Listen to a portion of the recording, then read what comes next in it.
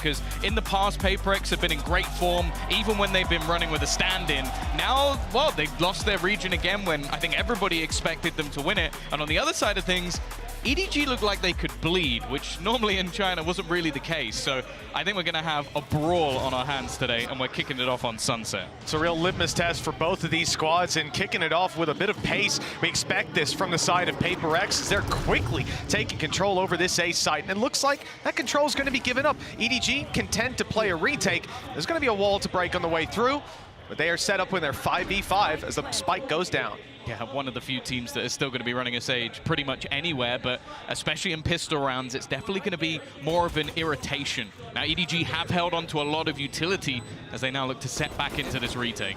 Yeah, a lot of stuff still to work with. That nade already going out to clear an angle. It's allowed them to focus towards the site. But Munyet does well to still grab one. The Paranoia a little deep. EDG already bypassed it, now catching multiple kills on nobody. It's left all down to Devi, emerging from the smoke. He's only good for one. That pistol round win goes to EDG.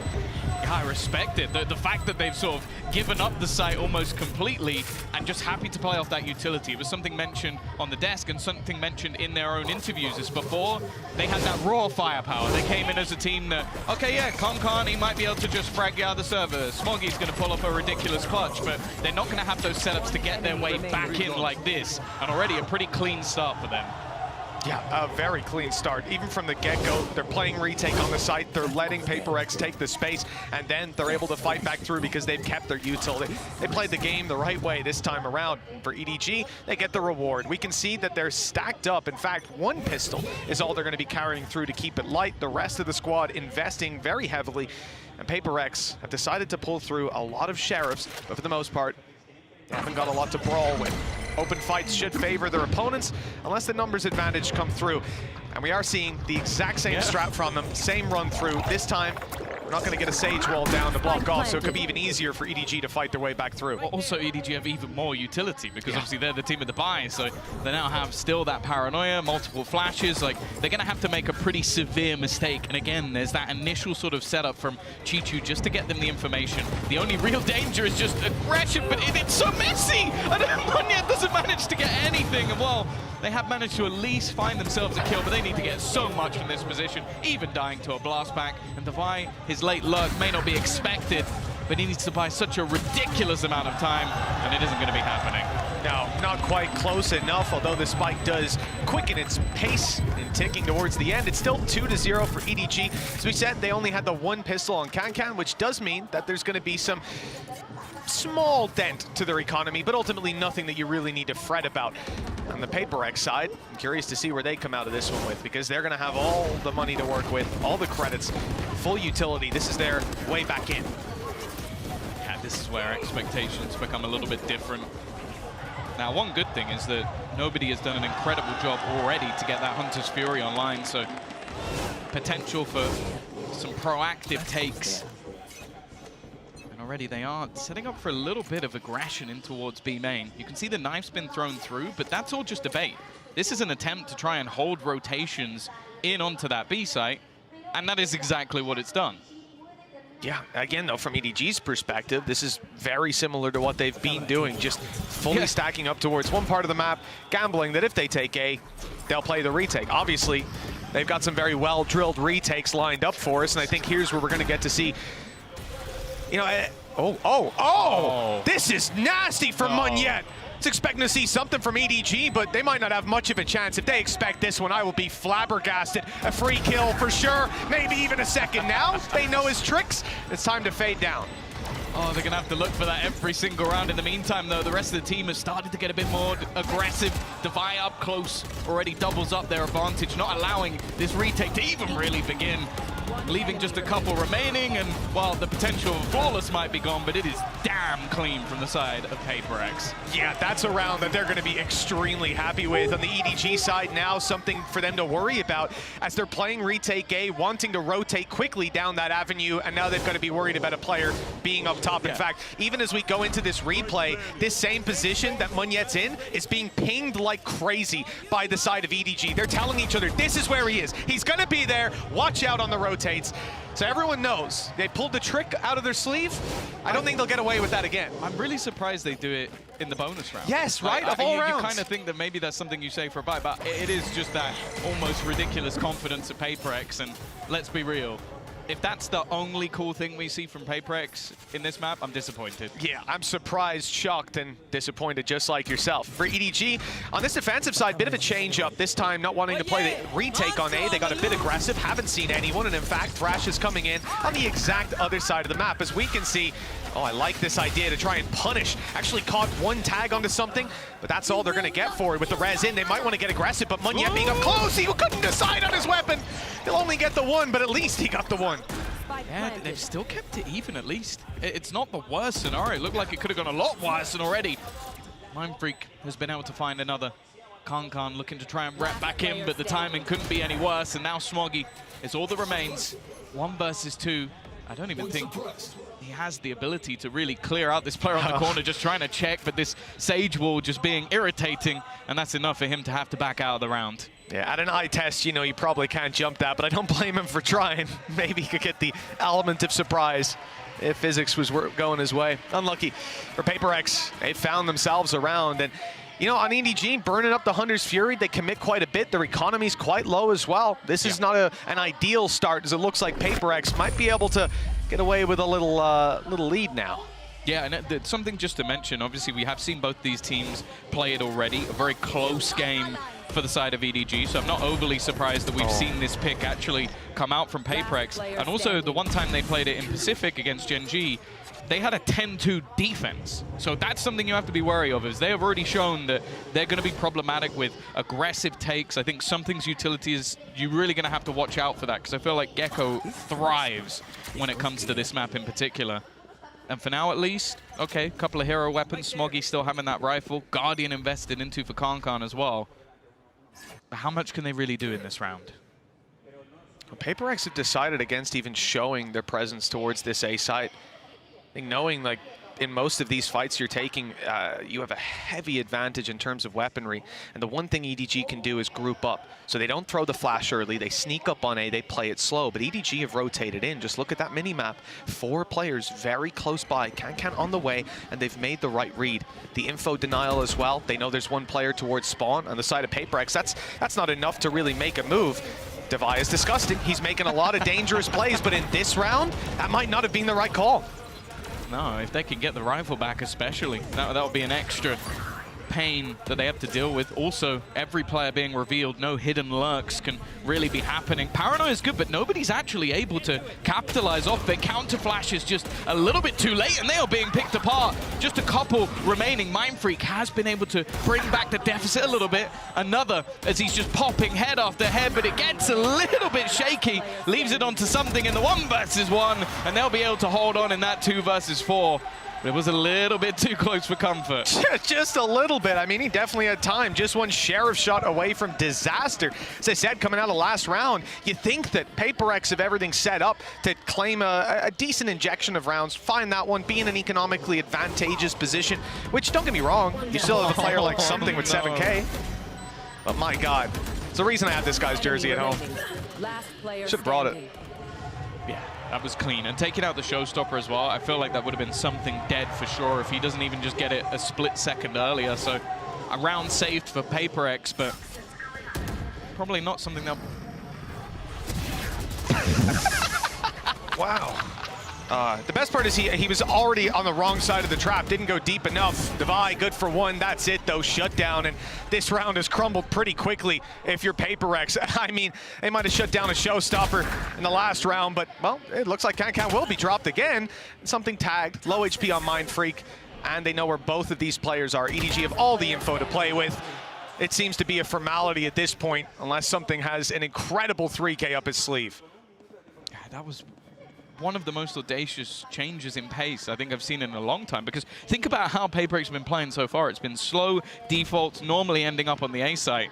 This round, he just tries to TP into mid. And the thing is, EDG have been playing a lot around that mid area for the fast rotations for retakes. So it's interesting that he thought there was a gap there. I'm not sure what piece of information they had that they believed that was going to be clear enough for him to take such a risk, but Hasn't worked out. Something's still ever dangerous, even when not playing on that jet. See if he can make this one at least a little bit costly. He's looking for the fight. He knows that planting at this stage, allowing them to retake together, won't quite work out. And while Smoggy is patient as he hunts down something in the end. Yeah, again, the right call to try and thin the herd a little bit, but this is a head-scratcher of a play. I mean, the sound cue is there. The kill is easy to claim. With the smoke close, I guess the idea is, even just thinking to the round before, if I'm not mistaken, we had 3A, 2B. That was a gap in the previous round. It wasn't this time, so an unlucky gamble. As we end up 3-3, quick check-in with the economy sees that we've got enough money for everybody to buy. Utility's going to be pretty healthy, and something has got an operator. Hey, mate, he's stealing this one out of the book of Concon, the Gecko op. That was something we saw back on Bind not too long ago. For now, though, back to the slower style default, maybe expecting a little bit of aggression. Especially with how easily they've got into the post plant, I really don't mind the operator. Just allow him to sit on an angle and try and shut things down. And Mind Freak again, he's had a decent amount of success in some of these early fights. For now, though, EDG doing well just to try and slow the pace a little bit, using their smokes. And again, you can see it's basically a retake setup over on that A site again, just with a little bit of extra info off the trip. Yeah, the fake, or the attempt to sell a fake on the B site is decent, especially when you've got a Viper's Pit online. They can't afford to give this ground up and play behind the wall. And as they play in front of the util on A, price is paid. Smoggy down. And a null command used for paperrex as they claim control of this site, presumably unchecked. Remember, also a Viper's Pit for post plant, and this op is still lurking around. There's a lot of red flags flying for EDG. He might find the space, though. They don't even realize he's here because he was already past the angle initially. Chichu at least finds a slight gap. Already, though, Thrash thrown out will give an awful lot of information. They're going to spot at least one player in that back line, and look at Devi. Slowly on the wraparound, he was following it, but the shots might have just given his position away. The operator going to hold the gap in a wall. You'd expect something to hit this shot all day long, and he won't miss. 3 kills already to his name. Little bro going to be sent out just to try and claim some extra space, but for now, still a lot that EDG need to do, and not a lot of time to play with. Kankan, the last man standing, and he will meet the same fate as the rest. Well, I expected something to do, well, something on the op, nice, but I wasn't really seeing that coming. Write that one down. Yeah, actually, I'm trademarking that one. But EDG calling a pause after that, and then you can understand why. This is just one man finding all the space in the world, despite some decent plays for them to try and break their way back through. I think the harassment from Devi played a big role as well. The fact that he follows up on the Thrash, takes the angle, fires a few shots, and he just runs away. Just lets them know, I'm behind you, by the way. And now they've got to worry about that. It slows them down. It gives time for the op to position. The shots are there every time. So you can't see at the moment because there's a timeout, but I'm looking at Kankan with a glass cannon operator. Now, it would be a little bit of a bold call to try and have that through into this round to try and do something on the defense, but I'd love to see him go toe-to-toe with something, because we are talking about 2 of the best operator players in the world. I think Kankan has been someone that has consistently been mentioned with this gun. Unfortunately for them, finances are not amazing. They would have to take a risk. That's the thing. It's whether they want to try and bridge the gap of him being who he is. See, this is the thing, though. This round just might not be the one for it. Just because you don't have any teammates that have a rifle. They don't have anything to back you up. So unless it's even a gamble on the defense, because you're going to sit on B with that op, if they go A, like they have, what are you going to do? I don't mind it, because if you lose it, the cost is just too high to pay. Instead, you won't, because it's Kankan. Well, that's the theory, right? But he's 5 and 7. So he's got a Guardian. He's got a Stinger, a Guardian. He's not sure yet, and he's sticking on the Guardian. Okay, so a decent rifle to fight with, some range potential, and nothing but Sheriffs to back him up. It's not a round I expect EDG to win in, but it is one that carries a lot of danger on the side of PaperX, because we've seen before how strong EDG were on a retake with weaker weapons. Again, they've switched up. There's been so much presence on that A side that they gambled in that direction, and PaperX have had solid reads so far. One defender, Chichu, he has been the point of contact in almost every single round, but an afterplant, even a Viper's Pit expended here. You mentioned that some of these rounds got close. Well, PaperX don't want to allow that to happen again. Yeah, with Devi finding a kill, popping a heal on his teammate as well, everyone's sitting pretty, and there's still some util to play with. Going through that Viper's pit, being on low HP with the Sheriff is the only thing worse than having to take that fight out in the open when there's this many rifles on the other side. They're trying to play the RNG, but the wall is helping, blocking, absorbing some of those shots, even though there's a gap in it that EDG are now going to use as they make their way through. There's a TP out of Aldon, and a third kill! A real chance for EDG to fight back in this round. It's something left. Low HP on Smoggy with the decay. And it's an op to work with for something. Now the heals come through. That op needs to land its shot. The time already running. Can something even save the rifle at this point? He's got to run fast, and looks like he'll just about be caught. Yeah, they've got rid of him. That's so much damage done by EDG, and honestly, I don't know how Howdong managed to do as much as he did, pushing into a Viper's pit, finding a gap, and getting 3 kills off the back of it. Again, that's another low buy round for EDG. Okay, well that one, yeah, fair enough. And then he paranoias into a shrouded step like that. 2 very quick shots when you're, essentially nearsighted. Not bad at all. Yeah. The thing is, though, it's whether or not they're able to now capitalize on it. Because they have done that a couple of times where they've made things a little bit more costly. Either way, though, again, it's going into this slow push towards the B site. A death ball coming out from the side of PaperX. They have managed to sort of play with their opponents. Bear in mind, they've only seen Mindfreak. Now they'll have the information and can finally start getting that rotation in. Kankan is going to be nowhere near the action, and Littleborough is going to be making sure that plant is in. I don't think they're going to be able to deny. Oh, no, they have. Okay, that's something that will at least buy a bit of time. Yeah, no operator to play with for PaperX after losing it last round. EDG on the retake. Kankan's going to be a big factor for them. If they can open up some of these sight lines, have to get past the Viper wall, the util down from Omen, and they're actually passing it on the PaperX side, running it down, taking fight after fight with nothing but success. And we talked about this operator. Well, it's now all that's left of EDG's defensive side. This retake will not happen, and he might not get out of here. Just about making it around into spawn, but they're hot on his heels. He wants to take some shots, but none of them are landing. 5 HP and a classic to close it out. Unlucky for Kankan. He has that up, he's on the wrong side, and by the time he gets to the right side, there's no one left to help him. Yeah, they've done really well with just these early round pushes. Like, note that this is different to what we've seen from PaperX already. A lot of their eco rounds have gone towards the B side, but more importantly, they've sent Mindfreak there pretty much every single round. So, logically, when EDG see him taking that first fight, they go, well, this is the lurk again. This is the guy on the other side of the map. We're not going to pull any rotations. And then the full execute comes in. And by that point, you have just too much control available for PaperX.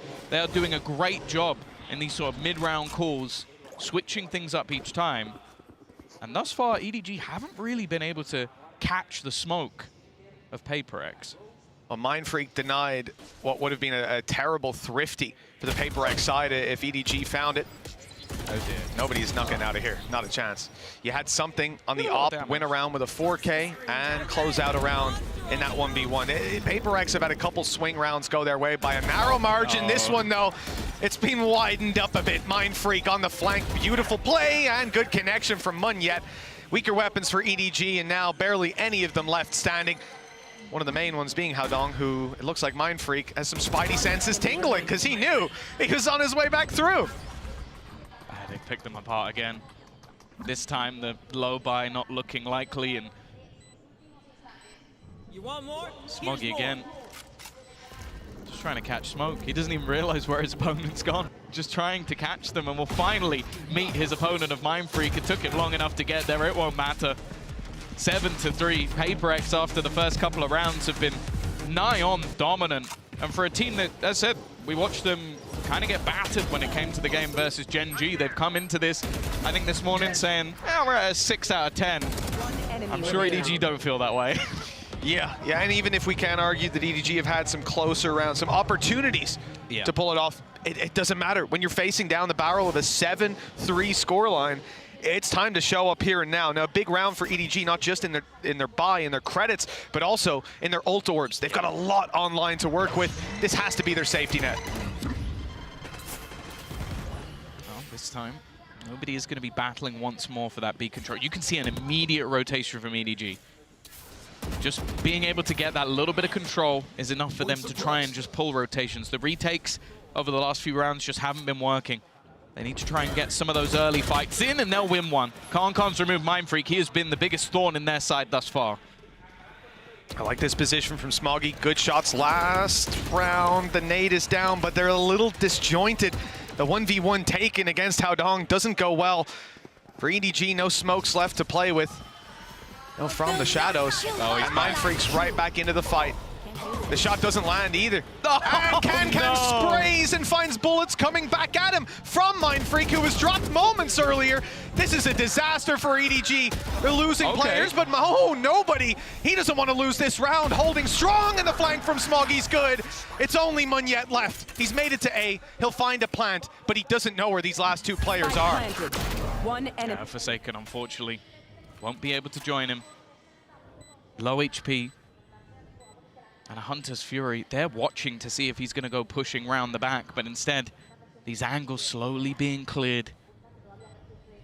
Looking to try and pair back up as he just sits patiently waiting in the corner. Not quite looking the right direction if a wraparound comes in, but actually, both players meeting back up. The time starting to tick down. They really need to get a move on. Paranoia through, TP'd now to get into a much stronger after plan. Munyet, though, getting tagged further and further. They need to get someone on this, and he's just buying that time ever further. I think this one's going to be desperately close. In fact, I don't think he might have this at all. I think it's going to go off. It's going to be the clutch again, and they just can't find themselves around. Less than a second in it, Tom. Yeah. Like we say, no matter how tight that margin is, PRX steam further into the lead, and with a Red Bull clutch from a player who was low, who missed the first couple swings. He couldn't land the headshot, and it looked like they had it, but in the end, it's not even that close. Time that cost them. 1 second, like 0.93 of a second. But that's the thing, they were very, very slow at clearing a lot of the angles, and I love the reposition from Munyet. He realizes in that corner, decent chance to get overwhelmed, someone can get on the defuse. Instead, he just looks to take those fights, and, well, nobody again. This time, Mindfreak is waiting. These battles have not been going their way, and something roaming with that operator. Ready to clear, and while the Paranoia will catch him, but no chance for a trade. It's not even an ability that gets him out of there. It's literally just the straight up, take your knife out and run. Now, Can's gone through mid. There is a lurk waiting around here, but it's waiting for the B main aggression, not for the mid push. They weren't expecting this. The timing a little off, and the shots didn't land initially, but Munyet's recovered it nicely. Mindfreak down, big player for the side of PRX. He's been going huge in a lot of these rounds. Now, they have to close it out without him, but it's a 4v2. It's only Chicho and Haodong. Should be easy. Still in the same spot he paranoid from just moments ago. The initial fight needed to be cleaner. Completely left out on his own. He's had a couple of amazing moments so far, but this would have to be the best of them. Of Munyet, no respect, straight through. Leaves it all up to one, and it is dominant. A 9-3 half for PRX coming in onto Sunset. Doesn't get much better than that. No, it really doesn't. I like the idea as well to knife close. They suspect he's there, swing it with a shorty, and even grab the headshot kill for their trouble. PRX just looking so clean. This is just a matter of timing. The paranoia doesn't come out. I think the idea was to play off the contact, but they just didn't expect it to be an op. Like a rifle will take an extra half second to get that kill, and it's easy peasy. You're going to at least trade. But this time, EDG, they have to trade out a lot of rounds in their favor. 9-3 down at the half, and Tom, we don't expect this to be much better. Let's see what the desk thinks.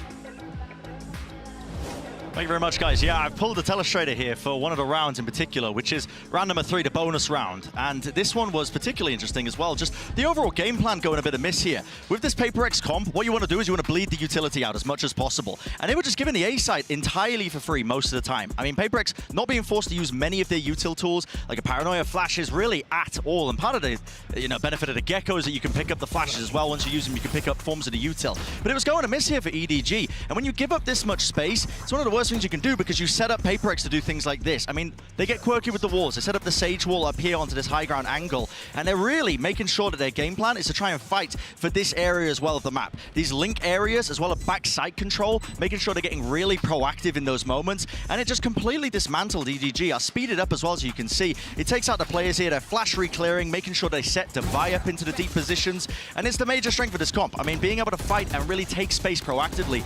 And for EDG, you were seeing it go missing. I mean, what they should have been doing is fighting, I think, for extremity control, trying to at least get it, rather than giving up the sites entirely for the retake, because you can't do that against this comp. If you give PaperX the space to set up, they're going to use that util to push you even deeper when you're trying to set up for your retakes. We're going to go to the other side of the map now, and PaperX might be even better on their defense side. They are so damn well drilled with their executes and their retake protocols with all of that utility. EDG cannot make the same mistake again, and so I'll send it over to Mitch and Tom.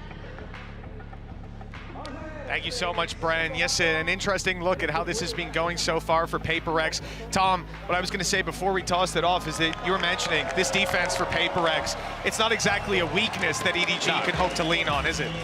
No, well, we've seen them play it once within the regular season, and they absolutely battered Gen G, who obviously ended up winning the series, so not a great sign. But now they can look to set up Kankan, a player that we already know can ruin any story set up by the PaperX side. It's not happened yet, but you know, they can have that rise back up. And even just getting themselves, I feel like, back in the seat a little bit, ready for bind, because even though EDG is strong on that map, I'd never want to play PaperX on bind.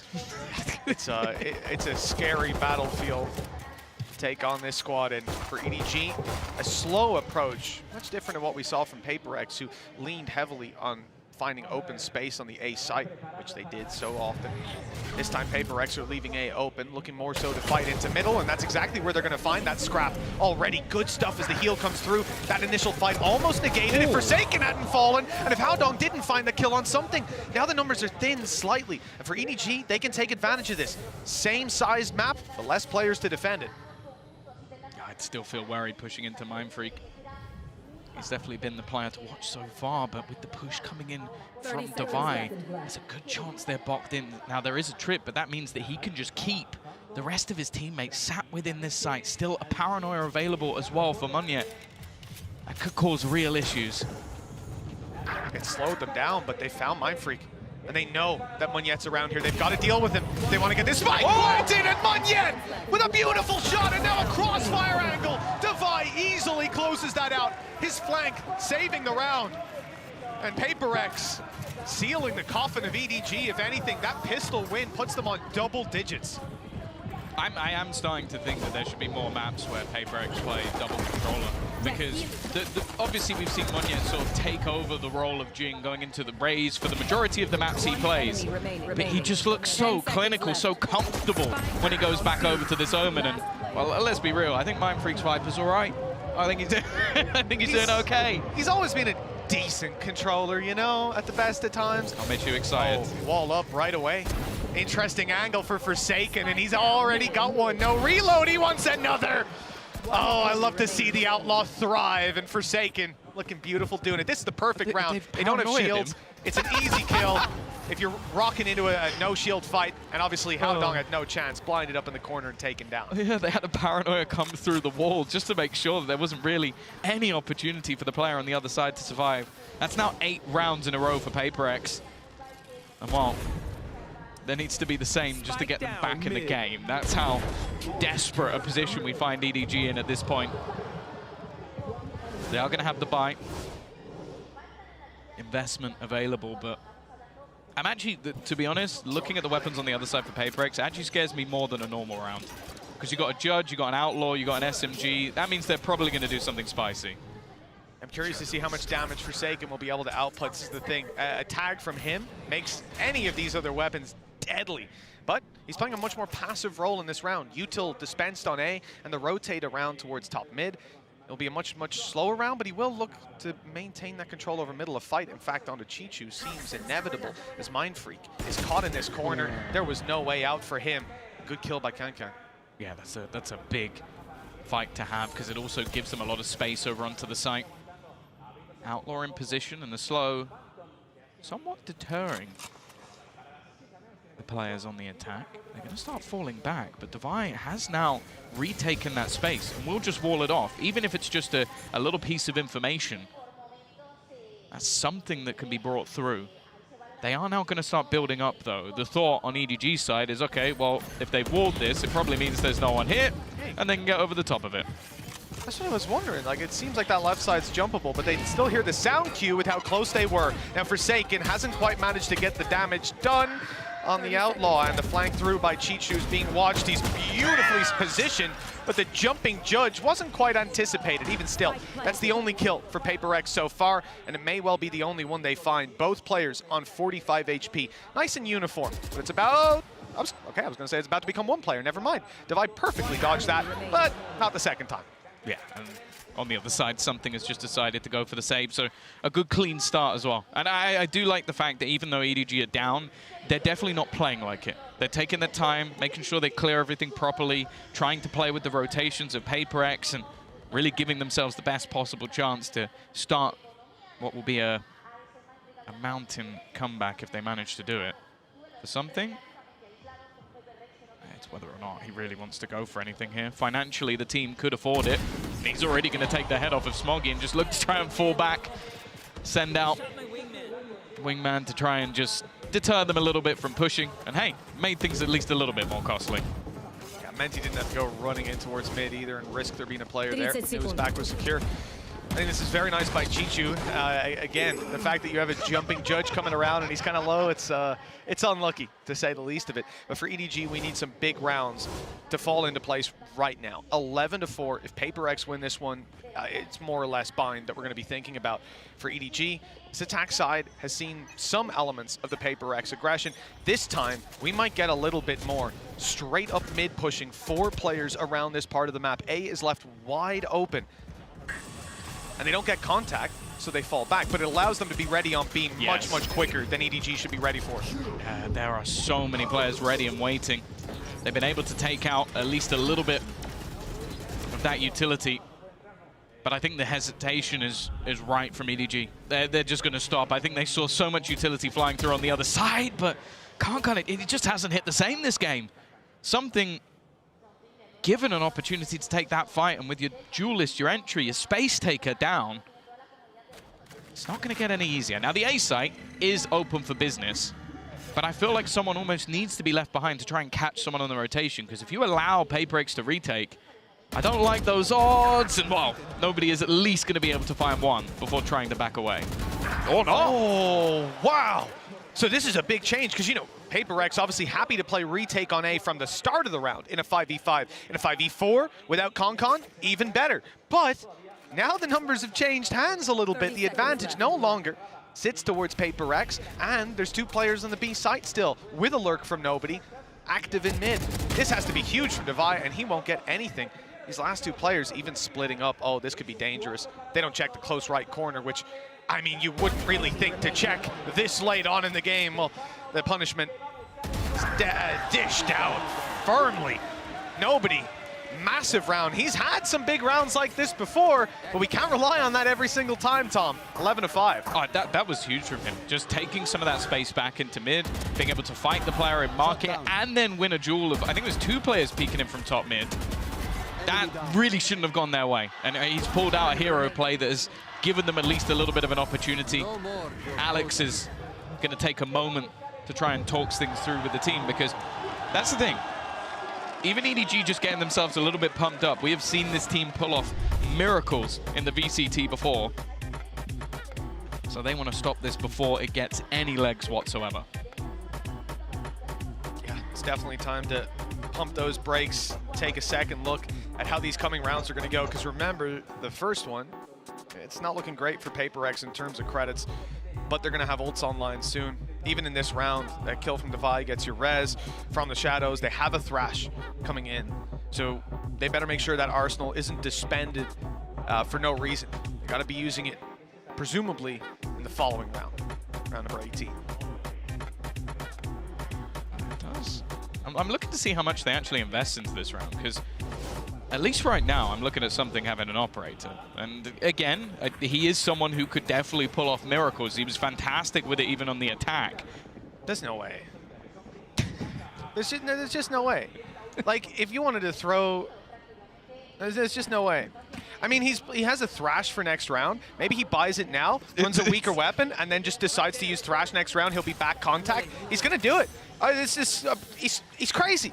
On defensive side as well, it's a risk. Maybe he can save it if things go wrong, but really the hope here, the gamble, is that he's able to find some serious value. And as we can see, well, EDG were backing off. And it looks like they won't be coming near beam. Oh, never mind. The danger zone has been entered by Chichu. He's going to go for a pick. He's pushed so far up, but both have gone down immediately. That's it. That was the thing. Either you had to get value with the operator or save it. This is the worst of both worlds, as he's gone down with the operator. They know exactly where the players are rotating to as well. It's whether or not, yeah, I was about to say, I think EDG have been so calm in just going for these rotations, claiming space elsewhere, and Kankan now already going to be stopping any chance of rotation. He's even going to shut the door on them. Now, what that might mean is, unless it's been thrown away, they might actually be able to save the operator. It's actually a very nice recovery, I suppose. They carry this weapon through to the next round, and I have nothing negative to say about it. It is just the risk that they run of it being dropped, of one of them picking it up, or of that weapon going down. And if EDG decided to take B, then you're not getting it back. It's gone. But Bulldog and an op carried through to the next round. This is the idea. Like I said, Devi needed one kill. He didn't get it, but he's dead now. So he's got a res to work with. Monyet might not have the From the Shadows, but I doubt that's going to ruin their plans. So realistically, they have a lot to work with. You never know, maybe he'll get a kill with the operator. I don't think he's in the right place at the right time. No, he's a little far away. If there was a Neon, I'd give him a chance. But no one's getting to his neck of the woods anytime soon. Mind Freak, oh, you're in danger. They put the Paranoia through, but I don't think anybody's really pushing too far on it. Mind Freak will already get one. It's how much more can he make? It's costly! Oh! Mind Freak is just hitting every single shot. And okay, he loses the gun, but even the extra credits will put him in a spot where he can buy a rifle for the next round anyway. So they're just throwing. They're throwing, because why wouldn't they just go for it? When you've got Mind Freak on your team, 2v5, just go for it. Just go for it. Look at this guy. It's unbelievable. Let's get that one in a replay. Oh, yes. Oh, I like that. Oh, he even blocked the nade. Our observers are fantastic. Thank you guys so much for showing us that. Yeah. That's so cool. just body block it. Yeah, just block it, duh. Come on. Take the kills. 11-6. The thing is, though, the economy doesn't really matter so much for EDG. They've built up a lot of extra cash. Howdong even with 8,000 credits post-buy. And if they lose 2 rounds, they're done anyway. So ultimately, it was worth trying to remove that extra weaponry, something worth the operator. As you said, the ults have come online. You have to think that sooner rather than later, PaperX are going to eventually get this one over the line. But for EDG, they are now starting to build into this. Still with a showstopper. Hunter's Fury for this round. And again, just this slow, tempered approach to trying to gradually take space. They're not really giving any information over onto the PaperX side. And well, one of the players who could find it is just sat with his operator in hand. Single-handedly maintaining the control of the A site, where they've been so happy to play retake before. Something's got it on lockdown, but EDG are not looking to take any risks towards that side of the map. Instead, it's the B site that they're currently targeting. Now, there's some utility being expanded to run that clock down 40 seconds, as we're going to see, oh, even a deep flash thrown through. They're really trying to stop this squad. I guess send them back to A, or at least make it so that they have to blitz in. And with the showstopper, that's not really a problem for them. Risky. Okay, it's ended up fired at a corpse and a nade. Oh, Con doesn't stand a chance. Now Devi can do some serious work. A res online. We mentioned that earlier. They'll try to retake the body on the side of EDG, pushing forward and taking every single kill. And with something only now making it to the B site. Now, it's time to save. It's time to save, Tom, isn't it? It is something. I don't think he's going to go for this, but you never really know. He's just looking to escape back out of there. Now, it's interesting because, again, you see the knife coming through from Forsaken. That's why they start just blitzing their utility, and they knew that they were coming in that direction, but the showstopper taking the space and then just solid trade work from EDG. It also seems like every time we've had an operator for the defensive side, it has not been in the right place. Both teams have managed to avoid the superstar operator player for the other side, and now I'm just looking at Howdong. A might be about to clear this gun for free, but he's got spidey senses. I don't know why he turned around, but it doesn't matter. Howdong's going to get the kill anyway. Another round building credits for EDG and a 4-round streak on this attack side. This is starting to look possible. Yeah, you know, a large part of why I started to lose hope is just the promise of PRX on the defensive side, but, well, the Paper Dinosaurs ain't doing too well. EDG are looking fantastic, and momentum's definitely on their side. Sure, the ult economy is swinging towards PaperX for now, and that is kind of all they need, right? Just a couple trickle-down rounds, and they're good to go on map number 2. But from what started out as a very dominant-feeling map, a couple of close rounds for EDG that could have swung it a little bit more in their favor, but it just seemed like we were going to leave this with the idea that, oh, EDG need to wake up for map 2. It looks like they've woken up for half 2 at least. Yeah. This is a good sign. Oh, it's a great sign as well with different players like Howdong, Nobody, all starting to step up to the plate. And this round, we do have investment again from PaperX. It's not everything they've got. They will still have a buy for the next round, but they've got a few Bulldogs to play with. The ult's still available, and the drone, again, I think EDG are doing a fantastic job of either using Kankan or Nobody to just sell a ruse. They start throwing utility, be it a boom bot, be it a drone, and just get them to stick around in that position. Even catching him with the knife, okay, maybe that wasn't intentional. But you can look at the other side of the map.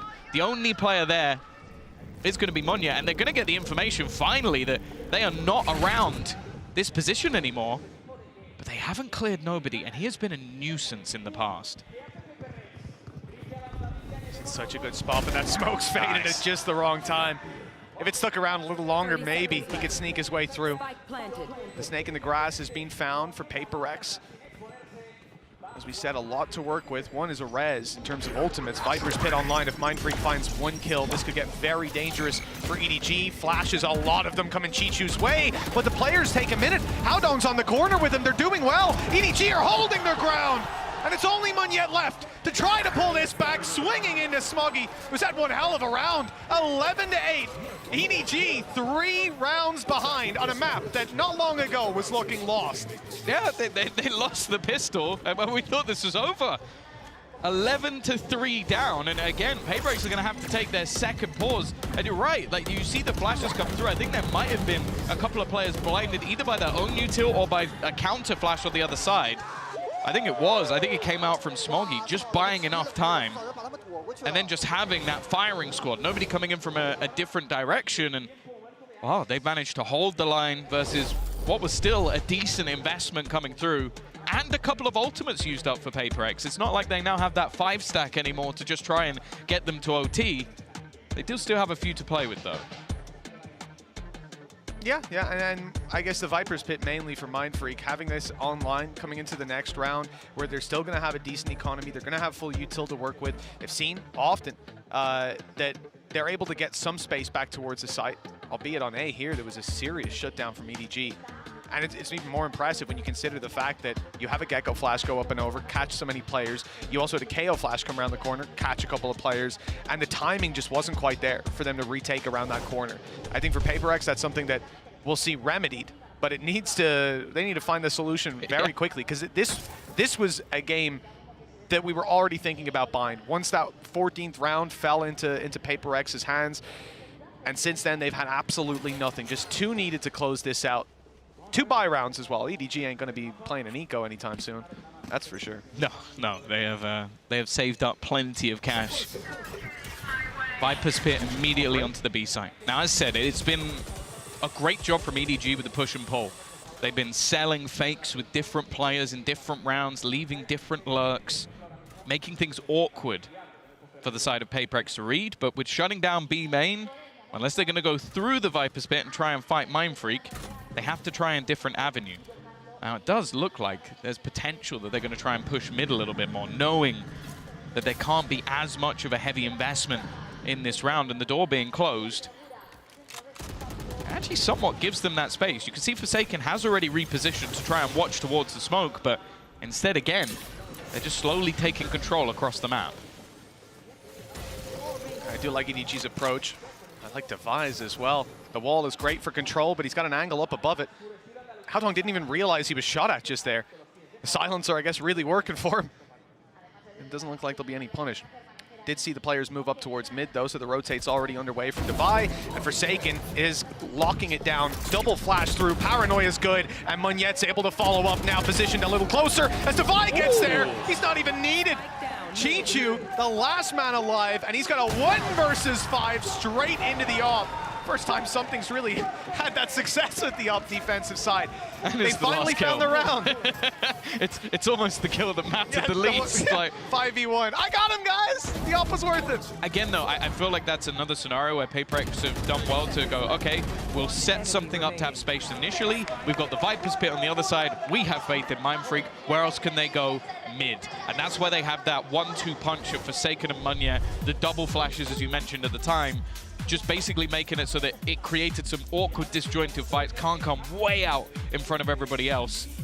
And paperrex do well to just trade things in the end, leaving EDG now, after what was a 5-round streak, some real hope of them turning this map around. They need another 4 in a row to take this to overtime.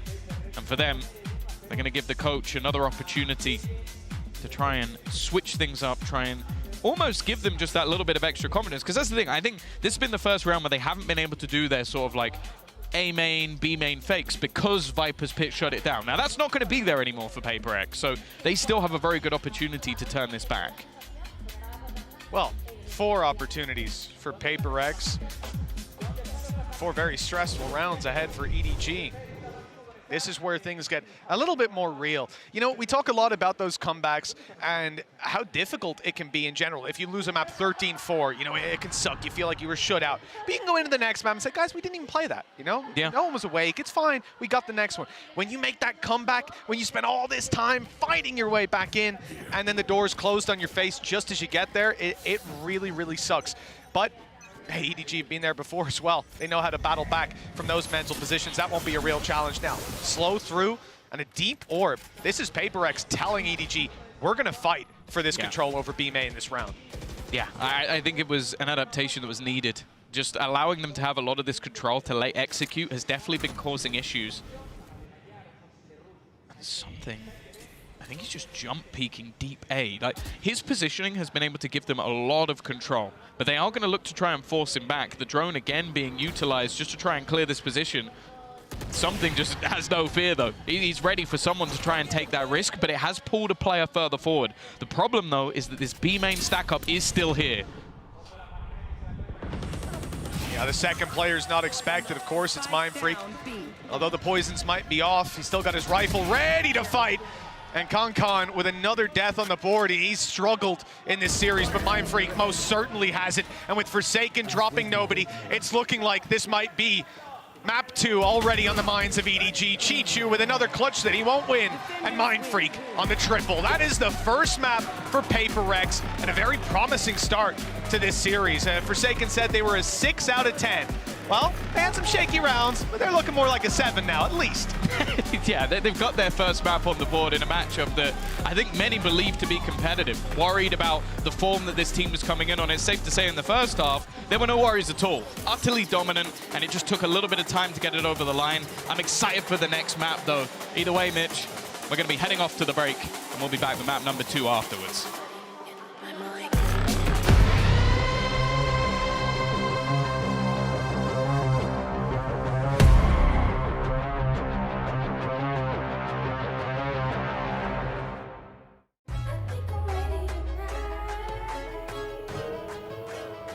Hey guys, it's Jimmy Lin. In this series, I'm going to walk you through attack on Pearl. Watch out for the stairs, clear this angle. You're going to be able to fight this.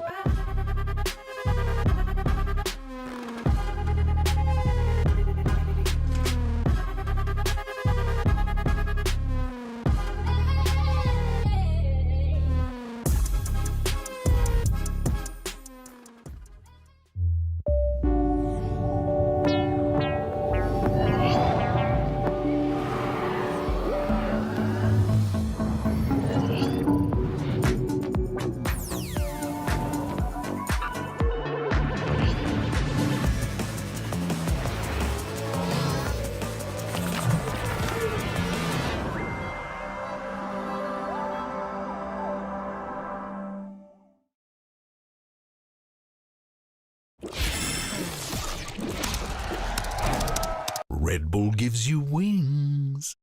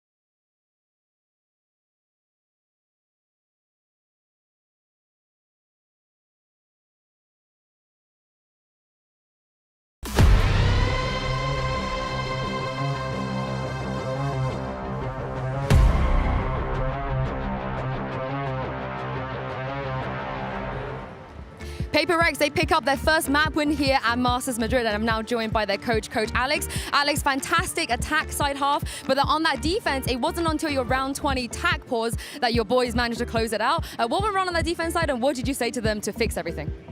I mean, you know, it's funny, right? You think a comp with no duelist would be way better in defense. I think we just gave them too much respect. You know, we played really, really far back and we were trying to guess where they're going. So in round 20, I think we decided that we just want to make sure that they work for B main, and that's what happened. And found the kills and we managed to close it out. Big brain plays from you, Alex. Congratulations on map 1 and best of luck for the second one.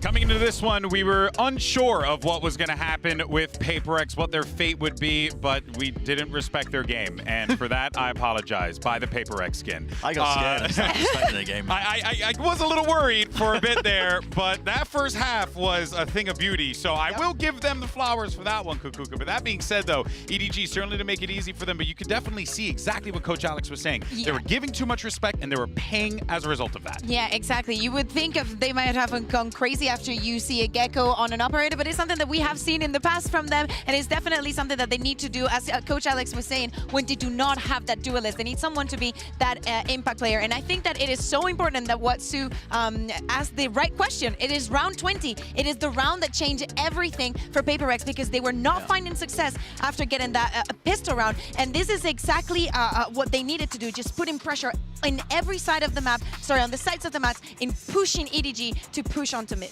Yeah, just having that B main control is so important because you can stack players into the top section of mid, and it's exactly what they were talking about. And as soon as this comes through, they just set it up beautifully with just a double flash play, peeking together, making sure they take the fights, not showing the respect anymore, just to try and get it over that finish line. And then a follow-up round, which we didn't actually pull, but it's the exact same scenario. I mean, you just see the delayed B main take, really forcing EDG to take control of that one. And they were lost, EDG, on their attack side in that one particular round. That was the turning point for EDG to end up taking that map. But, you know, some signs of weaknesses, I would say, just at least on that half. But definitely, form focus-wise, PaperX have come here to play. They got some shooters on their teams, man. They're going pound to pound with a team like EDG. It was a concern of mine, I think, as well. But listen, the mechanical ability is all there, I think, for PaperX. Yeah, it certainly has been. And you can even see them, too. Like, they're laughing, they're having a good time. That is incredibly important because you got to keep the spirits high, especially when you're in these tense situations on that stage. But let's jump over to the other side, though, for our Aim Lab shoot-around. We're going to check in with Kong here and talk about EDG going into their pick on Bind. This, you know, I think that we were prepared to see EDG supremacy. Yep.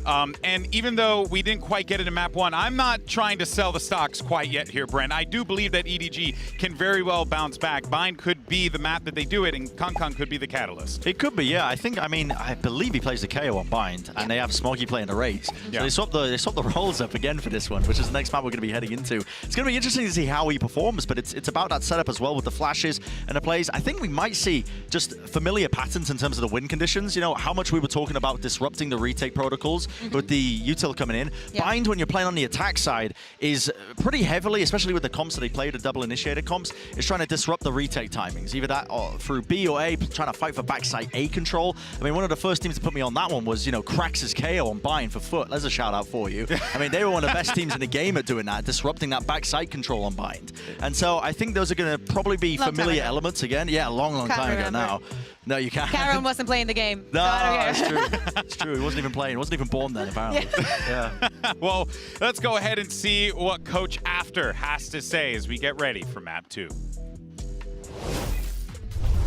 I'm now joined by Coach After from EDG and Luna to do some translating as well. Now, After, it felt like you could have really won that map. Do you think the slow start in the first half costed you? And how do you fix that going on to map 2? 其实在这张图第一开始的时候，其实是有一点慢热的。你觉得如果说并不是这样慢的开始，如果不是这样慢的开始的话，能够有机会赢下来吗？以及在第二张图能不能解决好这个问题？其实我们下半场已经找回来比赛节奏状态了，所以可以在第二张图体现出来。然后第一张图慢热的问题其实是在节奏掌握上，我觉得我们一开始是熟悉他们的，但是我们在辩证的过程中，可能在少了很多细腻的沟通吧，就可能会变成是阻碍我们的一个情况。然后接下来在第二张图，我们会把这件事情给调整过来。I think in the second half of the first map, we kind of like find our pace back, and we are definitely gonna bring it back to the second map. And the reason why we are starts so slow is because there are miscommunication, and we're gonna fix that in the second map. Well, thank you so much for your time. After, thank you, Luna, and best of luck. Miscommunication issues with EDG, certainly something that they're going to have to clean up as they get ready for Bind, because PaperX, it just seems like they're just vibing out there. So you really got to try and catch them off guard here. Oh, yeah, exactly. And if you think that attack in half that we saw in the first map was something, just wait until you see 2.5 initiators, because I count Yoru as a half initiator with all that utility. Oh, okay. They go back to this comp. Okay. This is something that I believe they ran something super similar to this, if not the exact same comp with the Reyna and the Harbor. Yeah, I mean, I love to see PaperX pull out the Reyna comp, but especially like this double controller with the Harbor and the Brimstone as well, because they have some cool stuff that they pull out. I mean, it's been a while now. I mean, you're gonna have to scour the VODs if you even have time for that, because we're gonna be jumping into the game. But EDG are running their standard stuff as well, which puts Kang onto that KO as well. All eyes on him, I think, in trying to support that one. This is gonna be an interesting one. I think this is really cool that PaperX are pulling back the strap book almost onto this one. With all the discussion we've had about the map pool being weak, this is a great way to offset it, is by pulling out an old comp that you've already fleshed out before. Totally, and you may not have a Sentinel, but you do have that Reyna, and you're going to be playing to support her as much as you can, especially when you're on the defense. But if they manage to do exactly what they did on map 1, they only need to have a super strong first half here on the attack. I think that the initiating power, it's still there. I think it lacks a little bit, but probably if EDG were super keen to going into this map, if the preparation was there, something has to change incredibly fast and adapt if they want to take this to map 3. This is going to be quite fascinating to see how this, you know, crumbles or potentially rises up for both of the teams here. This is going to be really, really fun to watch. And good thing is we're going to jump right into the action. And let's send it back over to Mitch and Tom. Thank you so much to our wonderful analyst desk once again. As Map 2 is about to kick off, we're going into bind, Tom, and we've seen some comp changes. I'm excited to see what Forsaken has planned on the Harbor. Yeah, it's something that they've run through in the past, and I think obviously we saw them have combinations with Gecko. We've also seen them run a similar comp with a Sky, but obviously Sky's kind of gone downhill a little bit, so they've gone with the Fade instead. But these are all agents that they've run on this map before. It's just this combination that I think is a little bit different. Of course, something on this map on Reyna, it doesn't matter the map, I'll be honest. He's always terrifying. Yeah, something is just an element of his own. I think Reyna in general, my least favorite agent, but there's certain players that can make me enjoy watching her. Life was one, and something certainly is another. Good control over the site, but long is left open for the side of PaperX. They don't know that EDG have 2 players still stacked up there, but it looks like they want to take some control of their own, pushing through the spawn smoke in towards Elbow. Players caught them though. The rear rotate through the spawn has led to a very awkward position. These defenders are scattered, but they can crunch. It's left it still back down to a 3v3. Already another kill coming through. PaperX, that W key hasn't been let go of for the majority of this round, and now with an advantage device still left behind. I don't even think they know that he's here, and with the smoke fading, it's an impossible crossfire to come back from. Chaos in the pistol round, but of course, that's where PaperX live. Yeah, chaos is exactly the right word. I mean, that was a hard one for me, looking at all the players on the mini-map. I can see everything, and you're still trying to put together the pieces as they chop and change different parts of the map control. But I can only imagine what that looks like from EDG's perspective. You just do not know what the next step from PaperX's dance is going to be. 1-0. This attacking side has found their legs. Now they've got some rifles to play with, 1 pistol, and that's going to be on something. While EDG don't decide to invest very much at all, 2 sheriffs, and they'll try to find value by taking that orb early on B, perhaps even push down on bathroom to grab another. We'll see. He's just going through it, isn't it? Yeah, of course he is. He was surprised by that. The opponents definitely weren't there already and waiting for something to take a risk. Of course, he was only with a pistol in this round. Cove actually going out just to try and clear the close angles and go above it. They are taking some casualties, and actually a weapon has been found. Chichu, though, is desperately low on health. Can he find anything more? Yes, he can! He's already got a second! Stuck reloading, though, a little bit unlucky. A nice attempt from Chichu, and again, a round that shouldn't even have been remotely close. No, not even 1% of what we saw there. I mean, this is just ridiculous. EDG certainly have some fight left in them, and the best part about it is that one of the most valuable ultimates comes online because of that. Chichu now has an orbital strike to play with. This could be big for this squad. And I think for PaperX, they've got to be kicking themselves. Sure, the initial fight, something goes ahead of the smoke, gets caught off guard, but he had a pistol. It's whatever. Yeah, ideally, you'd have another player beside, whatever. We can look past it. But everything from that point forward was a domino that never should have fallen. Oh. Luckily for them, Forsaken did also do a lot of damage, so he's going to have the Reckoning online. Something is exciting me with an outlaw on Arena. You're talking about that. I'm looking at Munyet with the Bucky. It's a deadly combination. First kill going the way, but the space already been taken. And of course, the Reckoning just gives him all the information. Look how close up this man is going to be able to get, just cause them issues. This buy, not a particularly good one, but now in the afterplant, very scary. Oh yeah. This is where EDG can't really afford to swing an angle out in the open. There's not much of a choice. Looks like Orbital Strike being online early is going to be used to try and give them an advantage, but it pushes the Bookie forward into their arms. And that's not where you want this to be. Up close and personal. Munyet has a bit of a timing to worry about. These players on the other side, I mean, if one of them sees him, he's in a lot of trouble, but he's made it out. Something's grabbed another from far away, and it's as easy as could be. Already tagging up Con with a classic. Wow, that is quite the third round for PaperX. After what I saw in the second and in the first, I don't know where I am. I'm losing it. He's just got to kill with a Bucky in a classic in the same round versus a full buy. These are the rounds as well that just shake you. Like, you're going into a map that has been strong for you within your region, strong for you historically, EDG, but you've just been owned immediately by an Outlaw, a Bucky, and a Classic. Like, you can't really feel good about a round like that. It's so ridiculous. As long as a teammate's done damage or they're on half shields, this guy's able to one-shot you and immediately get out of there. I mean, you're already moving quick with an Outlaw. It's already buffed, but he's just doubling down on it. PaperX 3-0, but EDG managed to upset them down to just one player left with a lot less. And, oh, he's gone through. In between. That's perfect, like a scene out of Ocean's 12. The smoke is Haldong. Managed to get one. The Boombot's done a significant amount of damage, but he's still in the corner. They haven't spotted him.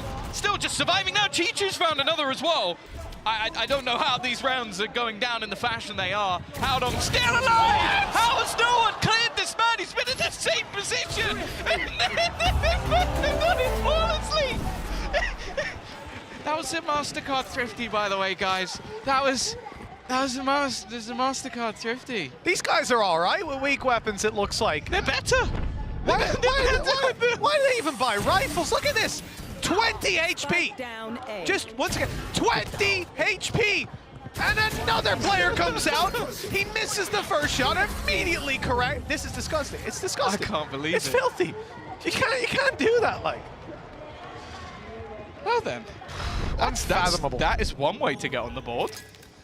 Yeah, cool. I'm gonna try and forget that happened and just move on with my life. Both teams now do have a bye.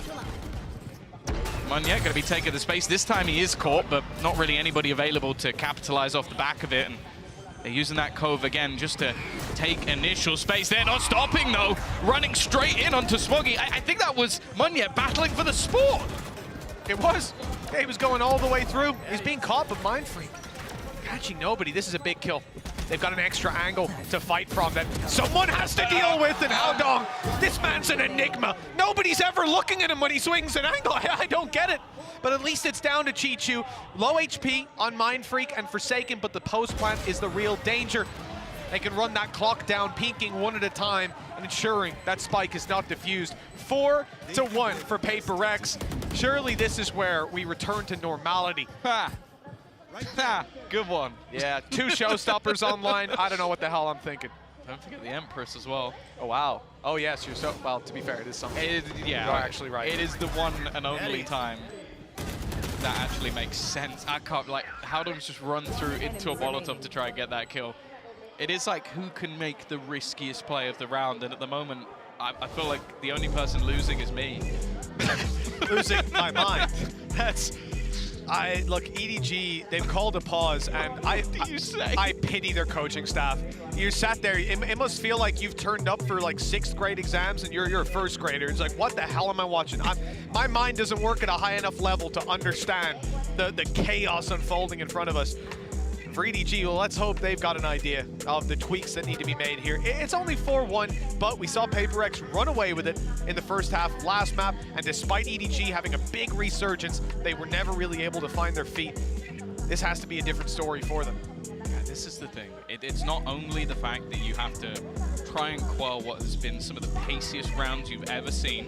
You almost have to utility dump instantly, otherwise you're going to lose the site, and you're probably going to lose your spawn. But then you also have to look at the guys on the other side of the stage and realize they're just giggling to themselves. At a Masters event, the opportunities, you need 2 wins and you get top 4.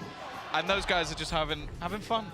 You know, it's something you said earlier on, Tom. The fact is, you know, EDG, you lose this, you go, okay, well, PaperX, maybe they are actually legit. You know, the region is sick. Sure, Gen G had managed to best them in the final, but it is what it is. You can still estimate them as a top team. You could end up coming up against Loud with potential elimination on the line. That's not a comfortable position for anyone to be in. That's the thing. There are no easy games. Here goes Munyet again. It's a martyrdom. Headshot. The showstopper. He's taken down nobody and himself. Look at where something is, though. He's just walked out onto the site. He's just got no fear. Even going to get himself healed back up. Kankan must be surprised. And finally, Smoggy will put him down with the trade immediate. An advantage once again garnered for PaperX. And the remaining players are going to have to hope for a timing. But actually, timing could go either way. it's all going to be on to whether or not Mind Freak is looking in the right direction, and they both win their battles. It's now left on to just Devi, but one player is very low, and he's already going to clear him. Oh, Devi's gone out ahead of it as well. That's expected, and Haodong lands the shot. This time someone was looking at him, but he still wins the fight. As a round will be found for EDG, that gap not going to be extending. PRX have an opponent hot on their heels. Yeah, I mean, the other thing for PRX as well, coming into this round, you've got some weakness, really. It's just Munyet after going down so early in the last one. But the reality is, he should be in a pretty decent position, still rocking a... Well, actually, I saw a Judge bot up earlier. He's going to go for a stinger. But the weaknesses aren't too massive. It's more so the ult economy. Smoggy's got a showstopper, and nobody has a Hunter's Fury to play with. Big ultimates for that defensive side. Big safety nets to fall into. I'm still just nervous seeing something pick up on the operator on that attack. We've already seen the Outlaw. Now you get the big brother. The thing is, you know, although the damage is going to be lower on the Outlaw, right? Kind of need the headshot on the swing. It's going to be much harder to post up on those angles with the op to get in and get out. And we saw him, if you're not something. True, for most people. I should always put that in front of it. For most people, that would be the issue. We've watched him do it on Gecko in the last, on attack side, just single-handedly take out a team. So now he actually has some movement benefit. Even still, though. EDG really needing to string a couple of rounds together. It's been an eco and a problematic round of Munyet. No trouble finding that opener. Nightfall has deafened their opponents, making things that a little bit more problematic in terms of working out how far forward they've gotten. The High Tide has cleared so much space, and they also have the Cove. But now that utility fades, they don't have much to play with at all. In fact, I don't think they have any smokes left. They're trying to sell it as a pump fake, but it doesn't look like EDG are buying it. Orbital Strike, Smoggy's in the open, but he's caught one. That spike down, and the ult used, the Hunter's Fury, finding targets. Oh, they're so low.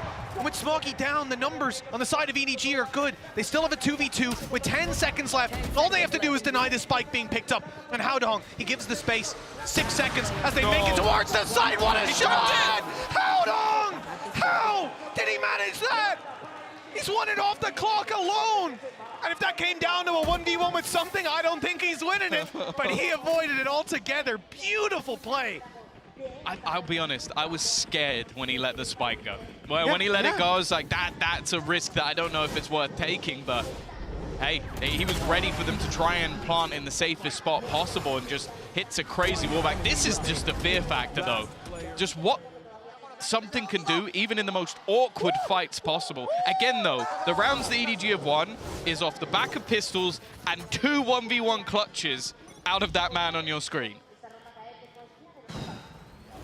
4-3.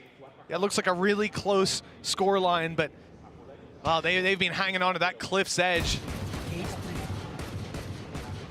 We're at the start of this. We hear some sheriffs firing off. You know there's weaknesses there. But they also know that the big gun was saved through. They've spotted it, and they've taken Munyet down as well. For something, he's not going to find any players out in the open giving free kills away. And that op, I don't know if you're going to be able to save it through to the next. He'll have to create his own opportunities. Back towards that B side they go. Corner held, so something that would need to be hard cleared from the side of PRX, and the read already in from EDG. Third player already into position.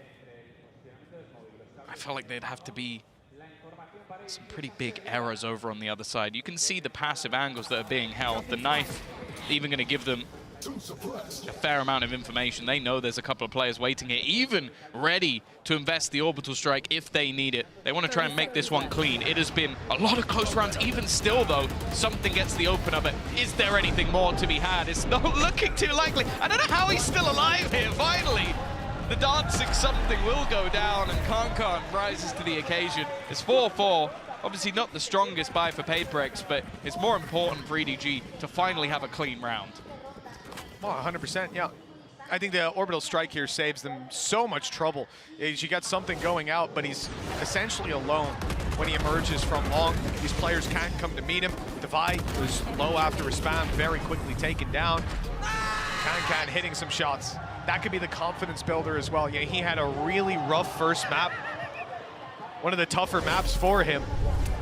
And even here, it wasn't off to a flying start. He had 2 kills before that round just there. Now, you hear the screams, you hear them get hyped up, and hopefully they'll be able to pull this across the line. Interestingly, he was always the player picking up that operator, even it didn't matter what agent he was on. We saw it on a Gecko in the past, but it does seem like the mantle has been passed over to Smoggy, which makes me a little bit sad. Maybe it's just for the early peak. Might be just going for something a little bit more aggressive in this round and obviously having that extra movement to try and get out of there. On the other side, though, we are seeing that Reckoning. Now, this was one of the major issues in some of the early rounds, is that Reckoning for Forsaken. It just is filthy. It gives all the information and causes chaos. Makes sense as well for Concon not to be running that operator. Sure. Just because even last round, right, the reason they're so stacked up on B, because they started to rotate to A, but the Knife found 2 players inside Hookah. That's when they pull out the orbital strike. That's when they pull the rotates to B, and they're ready for that blitz out. PaperreX ran into a stack because of him. So if he goes down early, just trying to get an off pick, you lose so much in the late round. If Smoggy goes down, well, it's all right. You're not losing any massively important utility. And that's if he goes down. Some control over Bathroom and B long. The extremities of the map belong to EDG, but PaperreX have their sights set on moving through this A site, which was another element of why the rotates didn't come through, because there's always this utility there from Haodong. Still going. They are all the way outside of Showers, and that'll be Mind Freak down. A big loss in the early round. Haodong fighting within the cages, within the Reckoning, and he'll lose his life for it. Maybe a little bit of an overextension, but with 1 controller down and Forsaken's utility already expended, this doesn't leave them with much. In fact, they're going to go pushing, something trying to do everything on his own, and now with them pretty much boxed in, I don't know if PaperreX have a hope in hell of getting out of this. Certainly not if they play aggressive. We can see that with the crossfire, the triple crossfire, backing up by an op, but they've made the right call. Instead, hightailing it to the other side of the map where they could be able to get a plant down. It's the post plant that's worrying. The advantage here goes to EDG, 4 versus 2. At least long control is going to be sought after, but a shock dart well placed puts Divide down to 60. Another disadvantage to play with. And the TP was heard. Smoggy is the one TPing. That's a little bit of a head scratcher with the operator. But he's holding down that control.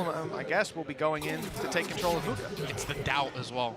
Like, he's not necessarily moving too quickly. It's just the doubt in his opponent's mind. They have to face the other direction as well. Damage done by Divide, but not quite enough. Forsaken needs to pull off an absolute miracle on low HP, and it's not going to be happening this time out. After being blitzed in the first few rounds, EDG now take the lead. And that's the road to recovery we were hoping to see for this defensive side. 4-1 down to 5-4. And a lot of things going right for them. They're starting to get that control over the map, and even seeing nobody right now has 1 kill. He had so many high impact plays on the previous map, but they're still able to put these rounds on the board. And I think Haodong's setup, really, there hasn't been a solution from the side of PaperreX. A couple times they've been able to send Monyet in, and he's able to make it ahead of these traps, just barely dodging them. I can almost hear the Alamont playing in the background, but now they're starting to get caught because these traps are moving. They're in different positions each time, and that setup just isn't one that you can go blitzing into, which is what PaperreX very much like to do. And it's what they're going to do again. Early nade over the top will actually clear out the trip. Trying to adapt themselves. Again, though, don't have any ultimates online. Showstopper and the null command. The trip, the second one, though, is superb. Concon going to get a free kill. Haodong again, though. An audacious attempt, trying to catch them off guard. Chichu not taking the same risk. Waiting for a little bit of support. And already they're going to counter out anything on the other side with that null command. Yeah, no danger of those more aggressive flashes coming through, or of something taking your sight away. Not leering onto them. No smokes for Mind Freak as he's down and out, and Divide does well to at least find 1, but that player is resable. And, well, that could pull Divide out into the open to attempt to deny. Down to a 4 versus 1 with 11 HP, and he's even detected. Got ahead of the op at least, so damage will be done. But there's still 3 more players waiting for him. Spike, in Forsaken's possession, at least. And now I've ran out of positives. He was trying to pull a rotation with the TP, but nobody never left that B site. It's going to get a free duel, though. It's starting to get a little bit messy for the side of EDG. They've given up a couple of kills, not quite knowing where he is. The time is the issue, and more so, nobody on the flank. Like, to get anything here, you'd need pretty much a miracle once more. Just trying to find a safe place to plant, and that doesn't exist. Nobody's going to be coming in from behind. Chicho with the wall bang, and it will be EDG extending that lead even further. That's 5 in a row. The timeline looking convincing. They've come up with solutions, and this comp gives them so much to fall back on. The ult out of Concon, you can see why you want him alive late into the round, even as he gets res back up, immediately lobs out the knife and finds exactly where that final player is, nullifying any potential for Forsaken to catch them off guard. With 6-4 on the scoreline, that's when PaperreX might even have called a pause coming into this round, but they haven't. And there's a lot of weaknesses for them. This is again going to be somewhere they hope to just blitz. The wall up to block out the dart is beautiful, but they still have to swing in to Smoggy. And that's where the real trouble begins. Yeah. Oh! Okay. You can't give something anything! And the bait across as well from Monye is gorgeous. Finally, they managed to deal with him. Something down. And now they've gone for the TP, but this is somewhat of a ruse. They've left Monye behind. It seems like it's being watched for, but the other two players looking to try and head potentially into the A site. Only one defender and a second slowly being pulled in. 2 smokes for Mind Freak. Could lob one on A to cause problems. You can see there's one in play, but now the second comes down, and it's buying space for Monye to close the distance. Stinger in hand. This is a perfect fight for him to take, but he goes into the smoke at the wrong moment. 2 players ready and waiting. Molly through. That'll buy time, buy space that they now need. The advantage sits with EDG. Little tag onto Mind Freak. It's okay. Smoke down as he repositions, but ultimately a kill needs to be found before EDG can amp back up to fight through. They're inside the cage, the flash is good, and the kills are even better. Absolutely gorgeous. Another late round where you see the benefit of having Concon online. Yes. That flash was clinical. Yeah, his utility's been fantastic. Again, showing depth to what is a player we know can run around and outgun pretty much anyone within the scene, but he's been in the setup. This is just, it's just so absurd. And then the second one, it just shouldn't be allowed. They must be happy they killed him through the smoke, because otherwise I think something might have just aced that round. Yeah, with the way he was going, to headshot someone with a Sheriff, double blast packed up in the air. That's just outrageous carry on from this man, but it is par for the course. At the same time, despite some nice shots from something and a decent map overall, it's still 7-4. The advantage now doubled up on in this final round for EDG. They've claimed an orb and an orbital strike on the back of it. Chichu will have that to work with if they end up in a post plant, but hold on to fight. They're rushing it down, trying to take these duels. In fact, it's Chichu who has the ult that's now left on 30 HP. Panic plays it just to buy a little bit more time so they can fight on the side, and it works with Concon hitting a shot and Chichu doing the same. There's no long push anymore.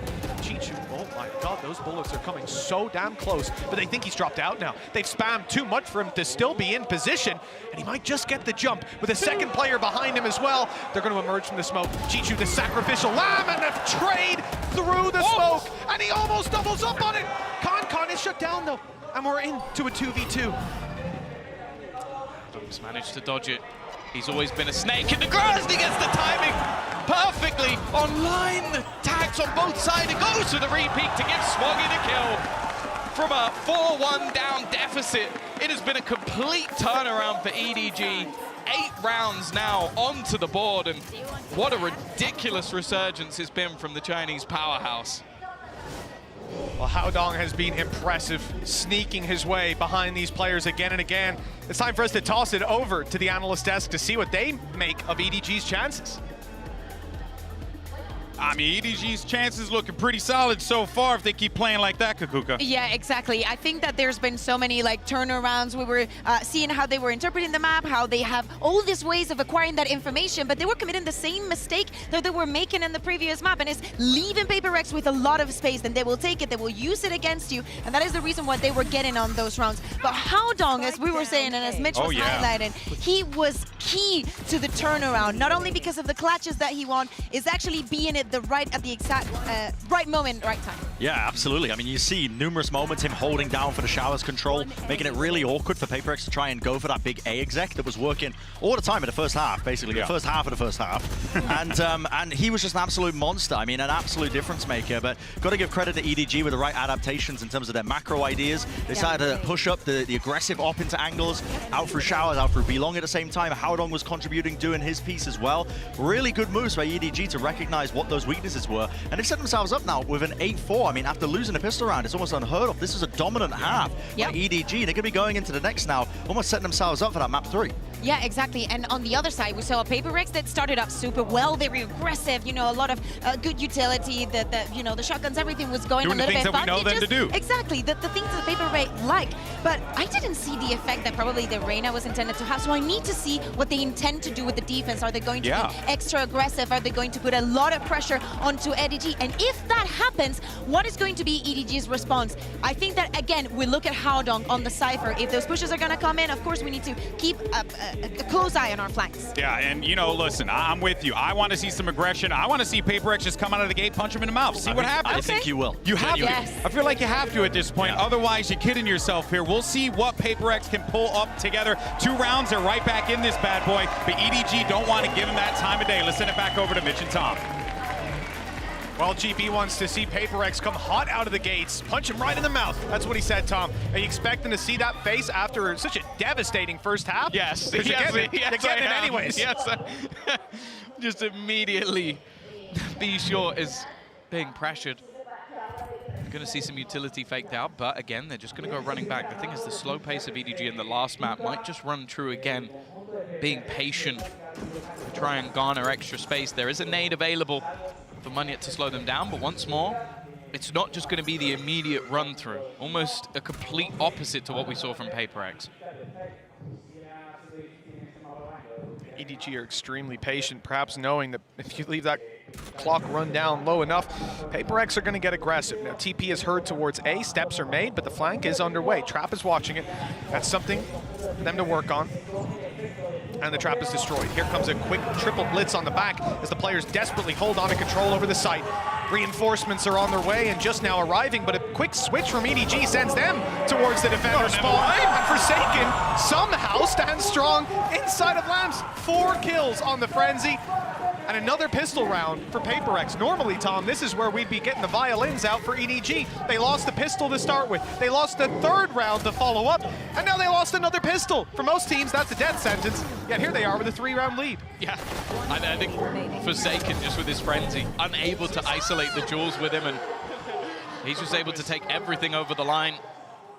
A much-needed pistol for the side of PaperX if they are going to have an opportunity to try and turn this one back around. We've seen EDG, though, do an awful lot with very, very little. But this would have to be one of the best of them.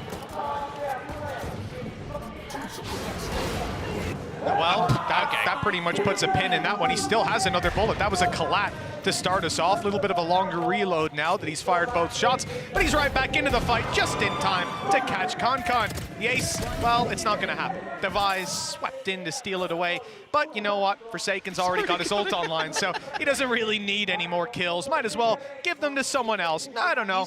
Munyet with a showstopper? That sounds good, but that's only his first orb to find. 8-6. He has done that in both halves. Forsaken has gone in with his ult in round 3, which kind of makes you think maybe he hasn't done that much else for the rest. Because if you're getting enough kills to get your ult in round 3 twice. But keeping these rounds nice and clean, and again, it's a flawless round to put PaperX in a pretty decent spot. I am looking at their 2 duelist players both having a judge for this round. I feel like if you're on the EDG side, you've got to be so damn careful. Now, they normally are. I'll give them that. They're normally very slow, methodical, using their utility. But I feel like avoiding both of these players is not going to be easy. No, most certainly not. Just taking a look at EDG real quick as well. Damage doesn't even need to be done to Chichu before he goes down to that Outlaw of Forsaken. And I think that's something that we'll see manifesting in how this round breeds. That Smoker can't be the one that's going out to take those wide approaches, to check angles. Instead, it's got to be much slower, relying on things like your Sova drone, your recons to clear those angles. Forsaken is posted up and ready to duel, same spot as before. And for EDG, that could spell a disaster. Add to that, as you said, Tom, they've got to be careful of those judges. Mind Freak is not being caught, and so they'll look for the B site control, and that's when they walk straight into Munyet. He's crept down behind the box and pops up for a nasty surprise. Yeah, doesn't even need to switch out the weapon, really. Will eventually do it and be able to escape as well, but Forsaken has been lost. Munyet's done well. There isn't really a reaction either. There has been a push through. I'm just looking at the position that's been taken from Howdong. He's completely in behind. They've left a gap, and that gap has been exploited. Such good positioning from him. A quick rotation looking to come back through from the other side. Howdong taking as much space as possible, but this battle between Mind Freak and Chichu is going to be everything. And again, Chichu just getting in behind his opponent. The advantage swinging into the favor of this attacking side. Sure, it's a bonus, but for a second it was looking really dangerous. Dangerous indeed, yeah. In fact, it looked like they had it more or less locked down. But again, it's Howdong to bail EDG. On this map, he has just been spectacular. In Spectre form almost. Never are these players able to actually take the fight on the open, take the duel against him. He's always slipping behind. 9-6, and it's PaperreX slipping behind now. 3 rounds down. Yeah, a nice recovery from them. And again, it's been mentioned, you're looking at Howdong on the leaderboard, you're like, oh, he's having an all right game, but his impact has been paramount. Like the amount of space he took there, cleared out Something's aggressive position, because that was the thing. Something was cleverly sort of moving himself further and further forward, sort of cause issues for his opponents, but then gets caught from the one spot that wasn't really checked on. 9-6. Still plenty available for this round. You can see the operator in onto Something. Judge still online. Mal making sure that there's nobody in this aggressive position. Now the Prowler is going to give things away. Nobody is going to wait in the TP. I don't know how long this is going to stay for. Well, I mean, nobody's had a tough game. Last map, I'm thinking he had a 4K, a 3K, a 2K. Right now, he has 1K. 1 kill on the board for this whole half. And he was bailing them out of these situations that now Howdong is taking up that mantle. Again, 9-6 in the lead. Couldn't give a damn if you have 0 kills. But for nobody, I want to see him bring that back out. We know it's in the tank at some stage. For PaperreX right now, as we said, there's Munyet on the Judge. They're going to be respecting that because we've seen it last round. It had huge impact. He was able to dominate control over this section of the map. EDG must have another idea on how to play that part. And in fact, they go towards B. They see all this utility come their way. And they're starting to maneuver their way back towards the A site, which has thinned out slightly. Yeah, the Reckoning, though, we're getting down to the last 30 seconds. Going in this direction will leave them with not a lot really to play with. They're going to try and just almost run their way through it, but they're slowly being revealed every single time they try and make their way through. Finally, the Reckoning will fade, but Mind Freak now in position. A cove for Forsaken to try and almost fight within, and they are falling like flies. Forsaken winning every battle, leaving just Chichu remaining. 8 seconds and 5 members of the other team still to find. There is no shot that he gets anything from this one, and finally, well, Munyet will fall, but Divide immediate on the reaction. Yeah, you know, initially I thought Forsaken's probably put out the Reckoning because when they push on the side of EDG, they're well, first of all, information. Secondly, when they push, they're likely to be blitzing in towards that position. Utility coming his way if Chichu gets an orbital strike, but Smoggy could be on you in a second. In fact, I think he just put it out so he could farm up some orbs and pick it up. He's almost halfway to having it online again. Just a lights out performance from Forsaken, but still 2 rounds behind. EDG, weaker weapons. This is where they've been scary at times, and an orbital strike online, as we mentioned. So still a lot of danger if this attack side can find ground. Forsaken looking for a little bit of early control, and the same from Something. Starting to really lock down avenues of the map. You can see Divide doing the same on the extremities of B. does leave a little bit more of an opening, but the thing is, Munyet has completely switched up his position. He was playing the Judge over the last couple of rounds. The flash is sublime once again from Kankan, unfortunately, unable to really capitalize on it. Haodong again! How does he keep doing this? It's unfathomable. This is a classic lure. I've seen Nats do that, but he had an orb and a wall. Oh, come on! Again and again, 2 kills for Haodong, and I said they've been scary. They're goddamn terrifying. Forsaken, he's held this position with a frenzy, but that was against pistols. They know where And he is completely surrounded. Nice spray. It was Divide to finish it off, but Haodong has a 3rd kill. He started this with a goddamn classic. One enemy remaining. Wow. And there's only 1 man left. It's going to be Haodong. It is going to be another MasterCard Thrifty, that I'll be honest, makes absolutely no sense. What's going on? A man switch over to. Yeah, I like the representation you use. We've seen Nats do that. Nats a great cipher. I don't know if we've seen him just manage to walk his way down mid. And that was the thing, that was some initial pressure there from Forsaken, really watching for this spot, but he just catches a timing every single time. It is absurd how well this man is playing. Well, maybe a little bit of frustration for PaperreX. 10-7 in the lead, and while I hope that is a leather-bound notepad, otherwise it's going to be snapped in two. You know, it's an interesting contrast as well, because if we think back to half number 1, the real issue that PaperreX ran into, again, I think they got lucky with some of the rounds where Munyet was able to bypass the utility. It could have been an opening pick for the side. But one of the main challenges that they had was playing up against Haodong's utility, was having this guy consistently being able to put through these traps that are slowing you down, and it was the A site that he was holding onto control of. And how poetic that when they swap sides, it's Haodong coming through and going, yeah, you know, you should probably play the agent I'm playing, guys, because I can just walk up behind you if you don't. It's unreal how much space he's found. He did it on A bat. He now has done it on Lamps with a classic and nothing else. I don't know what else he can do to surprise his opponents, but I'm certain that he will be doing more of this, because the consistency is off the charts. And it's got to be infuriating for PaperreX. A way back into the map with your opponents on a weak buy, and you lose to 1 man in his classic. A free gun, by the way. Yeah. I think it was his spacing more than anything else. Look at the aggression, though. This is the W gaming we were expecting to see, an immediate push all the way down B long, but again, it doesn't really come with any rewards. Having to fall back and use and burn a lot of utility in the early stages of these rounds, and they've won neither of those fights. Kankan, he's got both in his locker, just takes down the duo of PaperreX, but it does turn out it was a trio. There was a 3rd piece to the puzzle, unfortunately. Munyet is now just sat in a corner with a judge. And the very best of luck to him in the battle to come. Because by the looks of it, that judge is going to have to find 5 players. EDG are in a 5v3 with no intentions of being picked off individually. They're moving together, making their way into this site. There's a drone, and that's really the... Giving him a gap. Oh, hold on. He might actually be in the position to get this. They've spotted him, and only 1. Perfect from EDG. Yeah, nice work. I like the idea from Forsaken. Just create a little pocket in the corner that he can hide with him, but I think the fact that he shoots at Smoggy somewhat gives the game away. Might have been spotted anyway. And for Mindfreak, there's not really much he can do but to just try and save something. The real problem, though, is that this wasn't...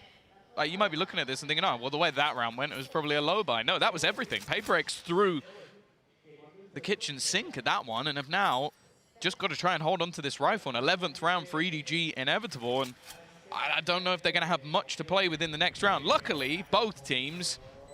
also something, has been able to do a lot with these low buys. So maybe we'll get something magical once again, but it is at the stage now where PaperreX need it.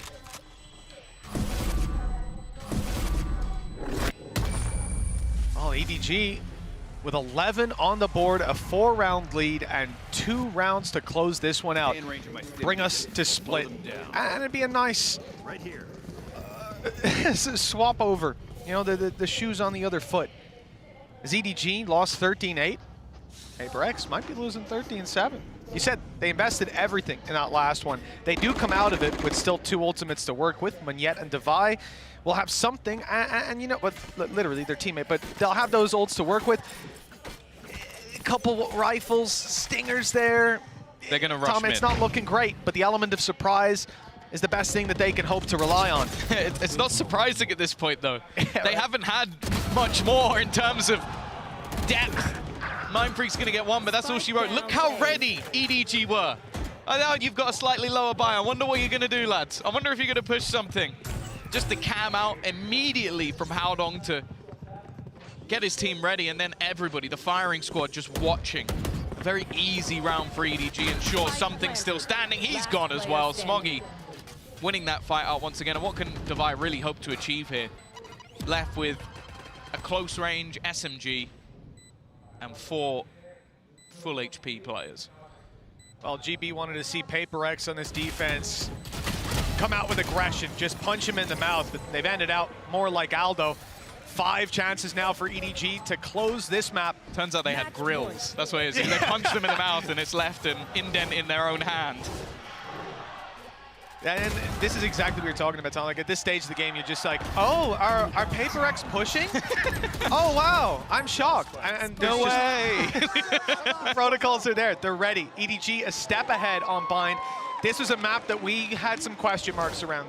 Playing against PaperX on this, I would say, before this, it's never easy. But EDG are certainly trying to make that look like a foolish statement. But especially you lose both pistols and you're 12-7 up. That's a damn good showing. And they've had some rounds as well where something popped off and they've managed to weather that storm. It's something that many teams have tried and many teams have failed. And within their matchup versus PaperX, it's never gone their way. I believe they've had a map before in the past, but I think if they head on to Split, it's been one of their best maps within the region, although it's been great for PaperX. It is the perfect place to end it, but let's not get ahead of ourselves. Already we're seeing Forsaken with an Odin, so Mitch already believes. If there was a round to win, Tom, this would be the one. You know, normally on this map, you're going to have traps to play off, but there's not going to be those easy reveals to play around. Instead, it's more to do with spamming. And, well, you're going to have to get the head of Smoggy, and he's crouched down behind that box. It's not too easy for now. The suppressive fire really about to be tested, as if you fire away, that rocket will come right back at you, but somehow the rocket's done nothing. The show not stopped just yet. With damage onto Mindfreak, there's still a showstopper on Munyet once this ult fades. I like the spams, I like the attempt, but nothing's been found. Oh, they've got Nightfall as well, but Smoggy's managed to dodge it, needs to hit the shot and won't be able to. In fact, Kong goes down instead. An advantage at this stage for PaperX, but they still have to get back into the site. Chichu sprinting around, hasn't been isolated yet. It's left down to just one man, but that one man is Haodong. Getting that little bit more aggressive. He's using his opponent's util, even has the cam, and it's just about going to reveal. Knows that they're no longer on this diffuser, but desperately needs a kill, and he isn't going to be able to find it. That diffuser will come through, and PaperX will live to fight another day. Good, I was already calling in to the admins, change his name on that hood, take out the last 4 letters. All you need to say is how. Every time this guy's on the screen, it's just unbelievable, but this time, they put a stop to him. That's the first out of 5. 4 more needed. The side of PaperX. And look, you have the showstopper there buying them the kill. Good that wasn't play meant for Kong, by the way. No, it wasn't. It was the player he'd already spotted, who was already dead at that point. It could have been a double kill. 4 in a row. Chichu's about to have ult online as well, but look how much PaperX have in this round. Launching smoke. All it takes is one, but... Oh, 1 eco from EDG, is it? That's all it takes. Maybe. Munyet back on the judge, but that's not really been too much of a detriment for him. And I actually feel like it's fairly important for PaperX to clear out that cam. Every piece of utility Haodong's had has had impact. Instead, though, it's the slow walk up.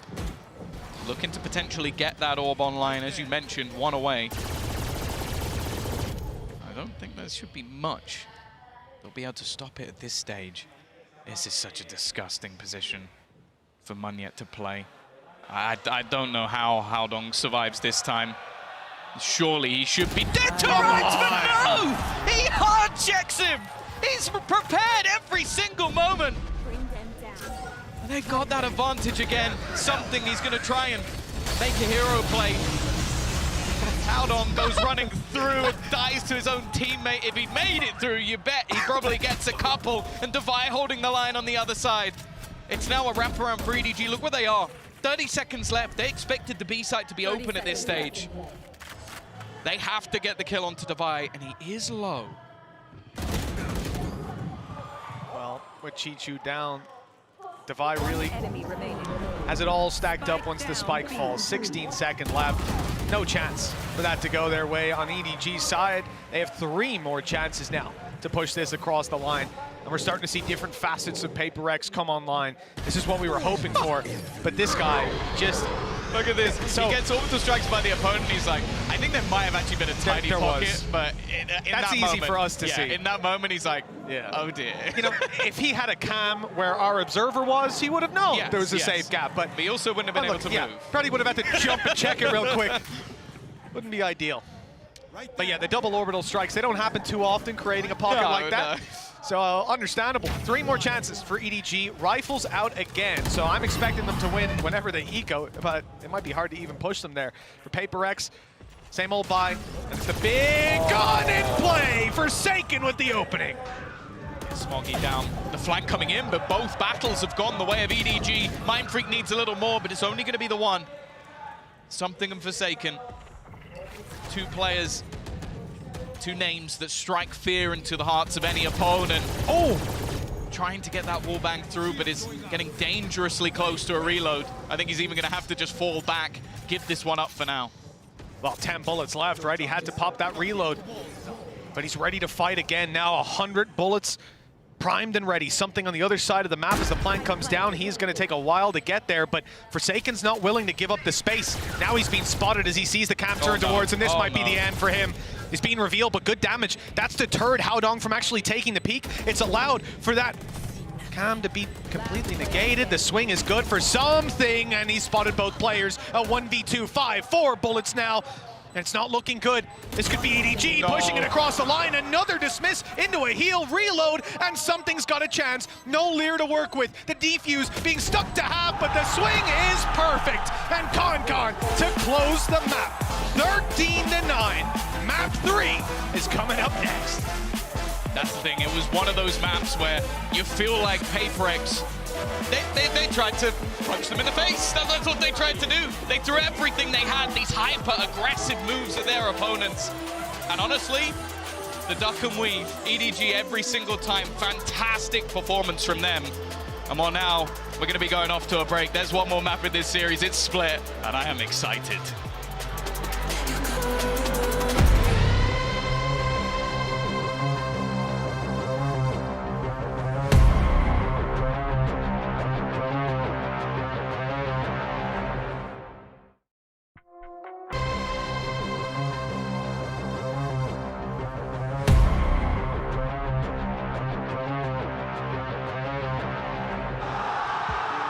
EDG managed to pick up a massive victory, forcing the map 3 as Bind goes their way. What a series we have been treated to, folks. Of course, Golden Boy here alongside Kukuka and Bren as we break it down and we get ready for map 3. Bren, just what a great match we've been treated to here so far, bud. EDG, I mean, listen, they tried to get punched in the face. They tried it, they absorbed it, they ducked it. No, but PaperX did punch him in the face a few times.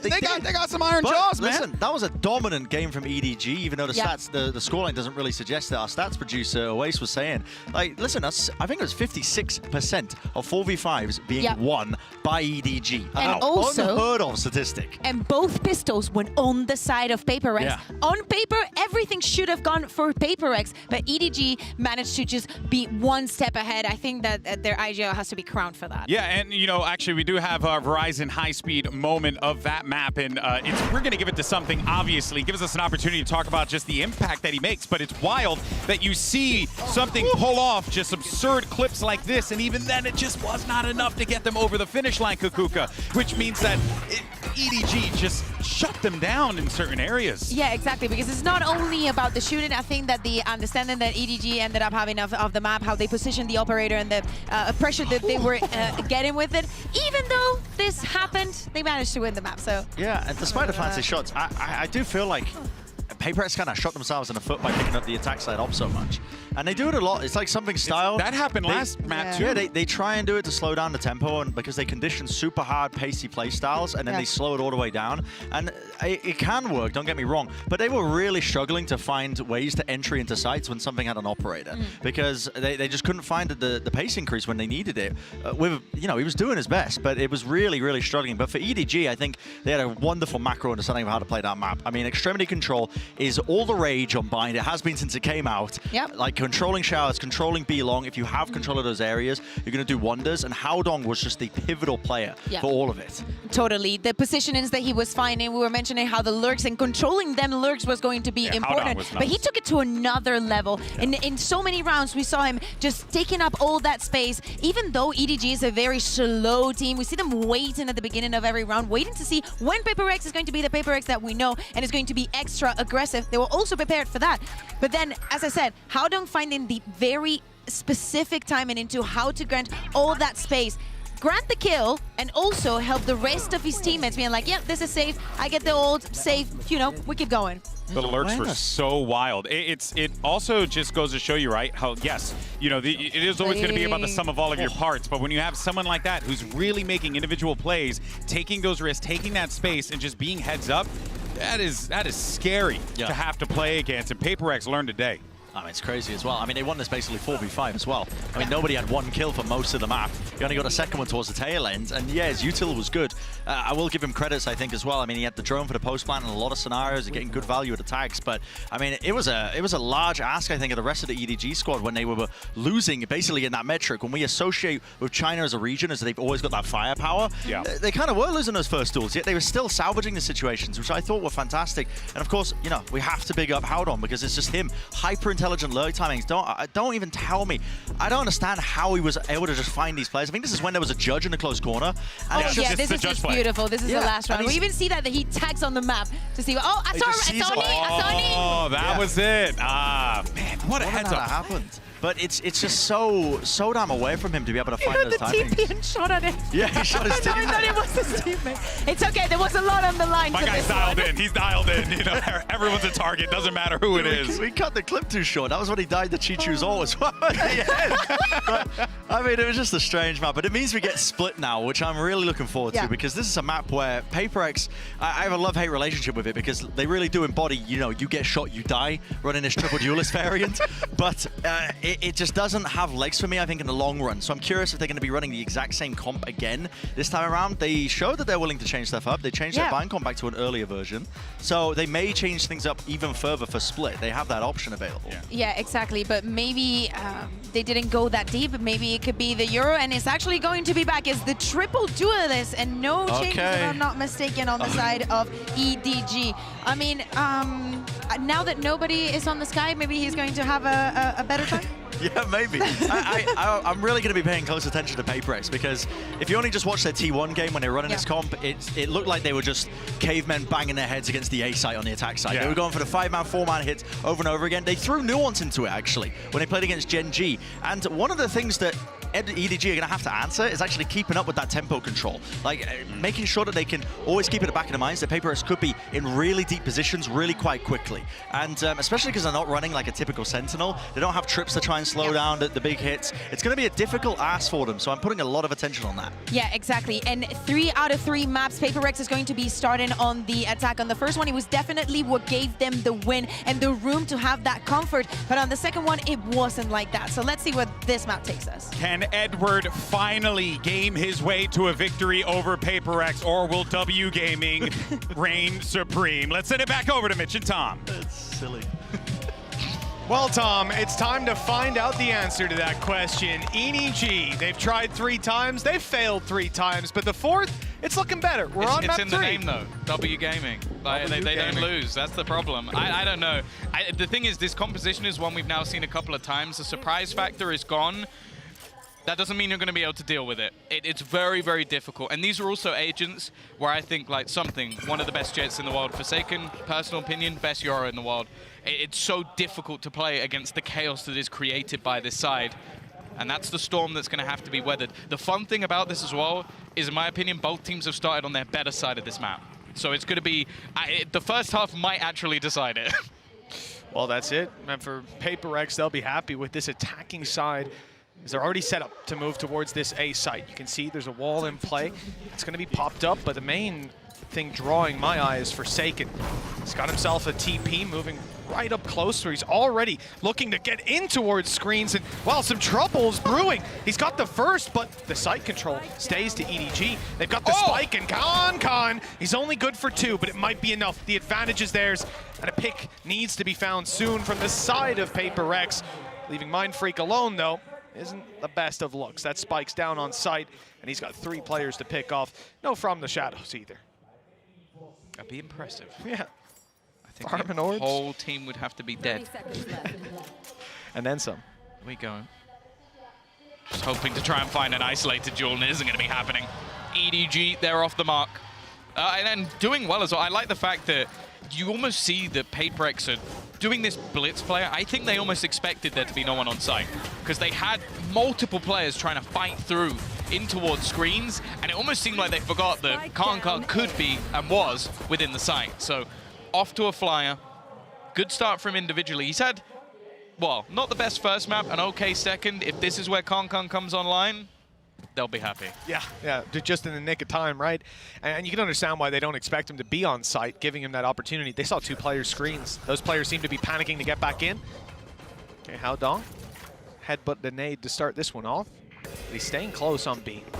Fight around mid. 3 players from EDG want to maintain that control, and the lurk of something is left to try and pick them off when they do. Con walking down, but he's patient. Just wants to tuck up on the box. Spotted. Nade will cover his retreat, you'd imagine. But he sticks around for the kill instead, not worried about the numbers that could be rounding the corner.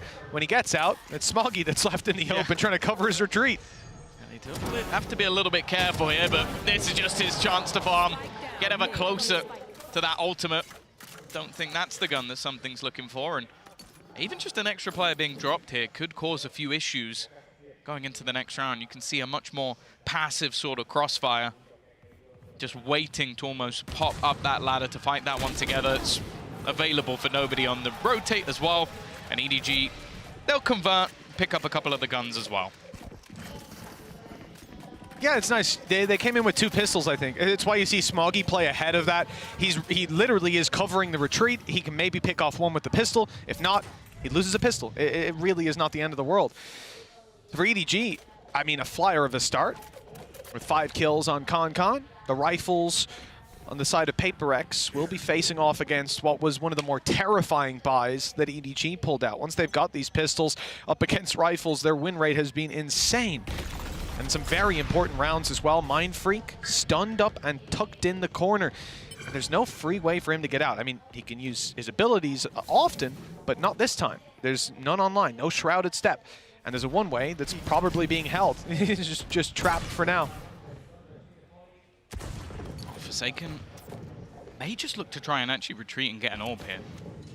One off that dimensional drift. I think that's probably the scariest thing with this PaperX comp is they've got so much value when it comes to those ultimates. It can almost help the individuals on the other side. Again, this A take. There is a quick wraparound though. They've got to be wary of nobody looking to try and come in on the flank. This is a round where as well, EDG, they can afford to take some risks with the weaponry that they've got. Munyet though, this might be a nasty surprise, but never mind. Chichu's found him, and I don't think they're gonna expect nobody in the corner. No, it's half-checked as well. This is going great for EDG. It was. It really was, and it's back to going great. Nobody with 3 kills, and now it's just 1 standing. 10 bullets, and it's only 1 needed for Smoggy. EDG absolutely decimate PaperX in round 3, and well, Tom, I hate to say I told you so, but this is just, it's happening too often now. The value they find with pistols is frankly unreal. And if I'm not mistaken, I mean, nobody had 1 kill for most of it. He finished on 2? Kills. He finished on 2. He finished on 2. He's got 3 times more kills already. Well, even that, in that round, he got more kills than the last map alone. Unbelievable. Look at this. It's a half check as well. Like, that's the thing. I just feel like they get tunnel visioned in the lineup of a Spectre, and for Alex, it's just got to be so infuriating. His team put in a decent position and just maybe overextending Now they come in, they purchased again. They're still going in for more. The dimensional drift will give them the space, but they've been given the space. You can see on the other side, EDG nowhere near this one. I don't think Forsaken's going to go too much further than that, but with a judge in hand, he's almost just trying to play with his opponents here.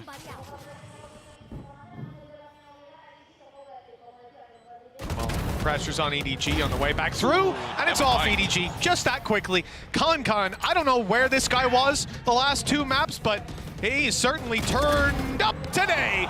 3 kills already, and well, it doesn't look too good for PaperreX. You might think this is an E-goal, but it's not. The weaker weapon on Forsaken, good for 2. Maybe more to be found, but nobody low. He's 90 HP, finding another 3 health.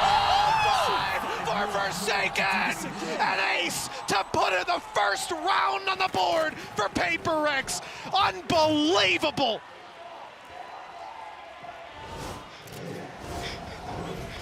Play of the tournament might be done. Play of the tournament might be over. I can't believe. I feel like I'm gonna cry.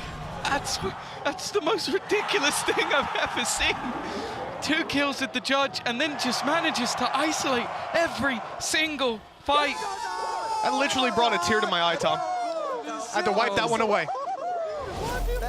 I'm flabbergasted by this guy on a regular basis, but that is truly one of the greatest plays we've ever seen, and no surprise. PaperreX is taking a pause. Alex has probably got a hole in his desk at this point, be it in anger or celebration, who knows. And on the other side of things, EDG are just going to be left to stew in that one. A 1v5 ace to get their first round on the board. I feel like the only appropriate thing is to replay Brand's desk from earlier. Just shoot him in the face. Just shoot him in the face. What a round. I was thinking earlier in the round, like, it's really curious that with a judge, he gave up that control. Because he took screens. They had a smoke down, he was within it. I was like, oh, he gives up the control. That's really interesting. I don't think anybody saw that one coming. That's the thing. Not only a 1v5, a 1v5 ace with a judge, where they're all pushing in to cover that one angle. That's all they were worried about was elbow. They had everything else. I mean, taking your breath away. This is another level. 7 kills for Forsaken, 5 of them in the previous round. And as we come into round number 5, EDG still lead by 2, still have a decent amount of money. There's some weaknesses there, but nobody is showing up. That's something down right away. One of the duelists dealt with. Khan, you can see he's feeling confident. Yeah, they're right back on the horse. It doesn't look like they've let that get to them whatsoever. Forsaken's been revealed by the Seekers as well. Looking for some more shenanigans, and in the 2v4, they're going to pop the Viper's Pit. They need Forsaken to do something, and now Devi, well, it's not quite 5, but he needs to do it all. At least he's got the pit to work with, but back-to-back, these kind of clutches surely can't be happening. Too many players, too many guns. This time they will find an EDG, a 4th round on the board with the defuse coming through. Passive play around A seems to be working in the early rounds, and nobody as well. A really impressive resurgence from the previous map. I think his comfort level on Sky is definitely up there, but most of it doesn't seem to be anything to do with the agent itself. And the thing that's worth noting is, I believe Mindfreak was 1 HP, 1 hit, for not 1 exactly, but 1 hit when that first pelt subsided. Could very well have been the double kill. EDG are getting hyped up, and with a 3-round lead and the economy of PaperreX completely destroyed, there's a good reason for them to be excited. Yeah, they've got 1 round. It was all Forsaken. Other than that, they didn't have any players surviving. And thus the economy is completely in the bin. You can see just the sheer confidence of nobody on this map. Aggressive angles being taken. TP into the site once more. And an afterplant will ensue, but they are so happy to play in these retakes, and almost the initial kill. It does come in elsewhere. Again, PaperreX are always going to want to play aggressive in these positions, pull the numbers into their favor, get some of those rifles out of the hands of their opponents. And the paint shell found its mark on the low HP Munyet. This has left Devi alone, and he's being watched. You know, it's an ambitious thing to try and flank Haodong. He's never going to let that happen. But of course, it was Con to find the kill, a showstopper and a Rolling Thunder online for EDG, moving into round number 6. This was a great farming round for this squad. And now the PaperX come in with rifles. There's a lot for the side of EDG to fall back on if they do lose those opening duels. Yeah, I think this is the thing now. EDG have done amazingly well to not play PaperX at their own game. They're not giving them those early fights. They're not giving them any battles that don't have the opportunity for a trade. Supportive flashes from the likes of Smoggy have been fantastic as well. And PaperX is rinse and repeat. If at first you don't succeed, try again, because they're heading back into this A site once more. Hey, look, they got the ult again, why not? And it's actually He's got a judge again as well. It's, well, now it's dangerous. It's only going to be used to clear the site, get the spike plant. Good timing. Chichu in trouble now. The showstoppers found him. But it's only trading out the kill from Smoggy. He's had some impressive rounds of his own. A good shot, but it's traded again from the grave. Con takes down Mindfreak.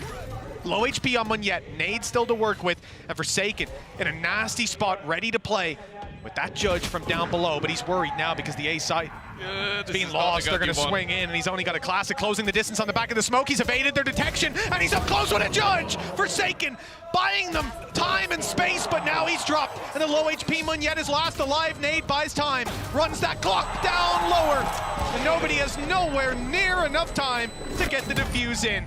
2 rounds for PaperX, and a lot of damage done to EDG's economy. They've got decent credits left. Yeah, no, the damage isn't done to EDG's economy at all. It's done to PaperX's. They've won a round with 0 players surviving, yeah. So they're still in, well, right in the thick of it. Bladestorm, though. Yeah, it's going to pad the gap a little bit, but if they lose this next round, they're completely in the bin. They are not out of the woods just yet. And if we've seen anything thus far this game, it's that it's been blips for EDG and then an instant resurgence. They've been fantastic in a lot of those retakes. I think a couple of duels not going their way, the showstopper as well. So we finally see a hit towards this B site. The early flash is already going to give that information over to nobody, and the cavalry is full sprint. I think after he slowed them down, they've decided to go back. Look at that damage. Munyet's down to 50 on just the straight spam through those smokes. Mindfreak already dropped. That's a lot lost in terms of sight coverage, blocking off angles, paranoia out of the game. And for PaperX, with Munyet low, Divide, he's got a chance to do something. And it's actually something to find that onto Chichu, but when he's dropped, it's Divide alone on the other side of the map. Maybe he had a chance to get something done if they were able to plant that spike, if they were able to keep eyes towards B main. Instead, yeah, this might even be a better clutch than what we saw from Forsaken. I don't know if that exists. It's true. I'll be honest with you. So much utility, though, and they're not in a rush on EDG. That's the big difference. No, it would take equally the amount of hero power, and they're already just watching. They're ready and waiting. Not going to let that happen twice. It's going to be another round for EDG. And as said, it's an instant resurgence once more. It's an attempted fast-paced play. I think EDG have done fantastically well to not go in for those early fights. They're happy to sit back. They're happy to sit in their crossfires. And when the opening kills aren't going the way of PaperX, when advantages can't be garnered, it's just not going their way. Oh, you don't see Alex getting heated like that very often. Really? Well, last year he didn't. They were always winning. Well, yeah, I don't know. I think he was angry even when they were winning. Yeah? Behind the scenes, he's a pretty chill guy, but I guess you put him in this, on the server, it's a different story. Oh, he's up there with Barber. The second you get him in that room with a desk and a monitor watching PaperX, it's like, right, well, the desk's getting hurt. Yeah. Well, the desk of Alex's desk has his own Twitter account. You know that, right? Because of how much damage he does to it. Oh, I see.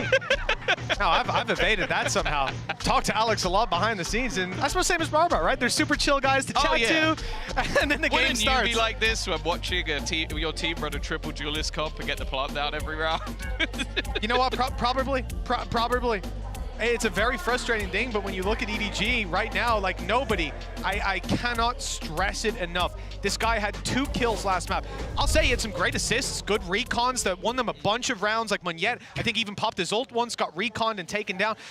But whatever quite about the 14 utility. and 2. He's 14 and 2. Like, it's just completely shutting them down. Howdong's not being able to get behind them this time. He doesn't bloody need to. It's defense as well. Wait till the attack.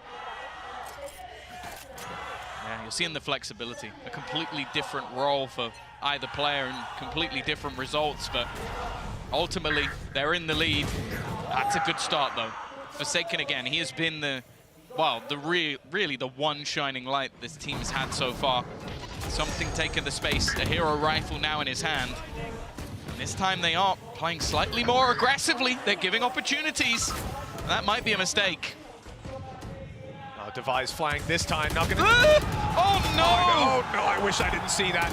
Well, it wasn't as late as before, but it was just as successful. At least the trade is found, and we're left into a 2 versus 4 with weaker weapons for paperrex. This is something way beyond what you could have expected. Forsaken has ult to work with. If they need the information, more likely, it's just about winning those duels. Both players very isolated and spotted. They know where these EDG players are, and on the side of paperrex, that's going to let them group up. A brave play from something that didn't quite work out, but he's got plenty of teammates there to catch the ball when it's fumbled. 6-3. paperrex, they're on the board. But it's been back and forth, and if it keeps up that way, EDG going to be very happy. This is the thing, the MasterCard Thrifty almost comes purely off the back of Forsaken again. Like, just 2 entries into the site, a little bit of an overpeak through the smoke as well. I think this is one of the times you can sort of go the opposite of what we've seen from EDG so far. They've been very happy to give up control and then retake. This time, 2 players went for slightly more, well, actually, the TP into B main was very aggressive. Yeah. And they got punished for it. That's not how you want to play against this paperrex.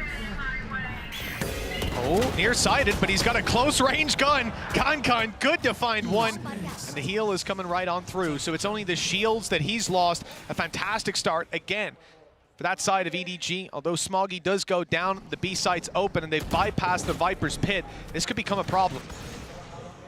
Forsaken's already taken full control as well towards the spawn. A massive flank as well from Devi. He's got to get a move on eventually, as that retake will be beginning, but if his teammates can buy enough time and something on that aggressive AWP, always a problem. Leaving things now with an advantage for that attack side. Chichu needs to try and choose his moment to find some space back in for a team. And actually, nobody's still very, very far away from this. Chichu eventually pounces, but he's got no support.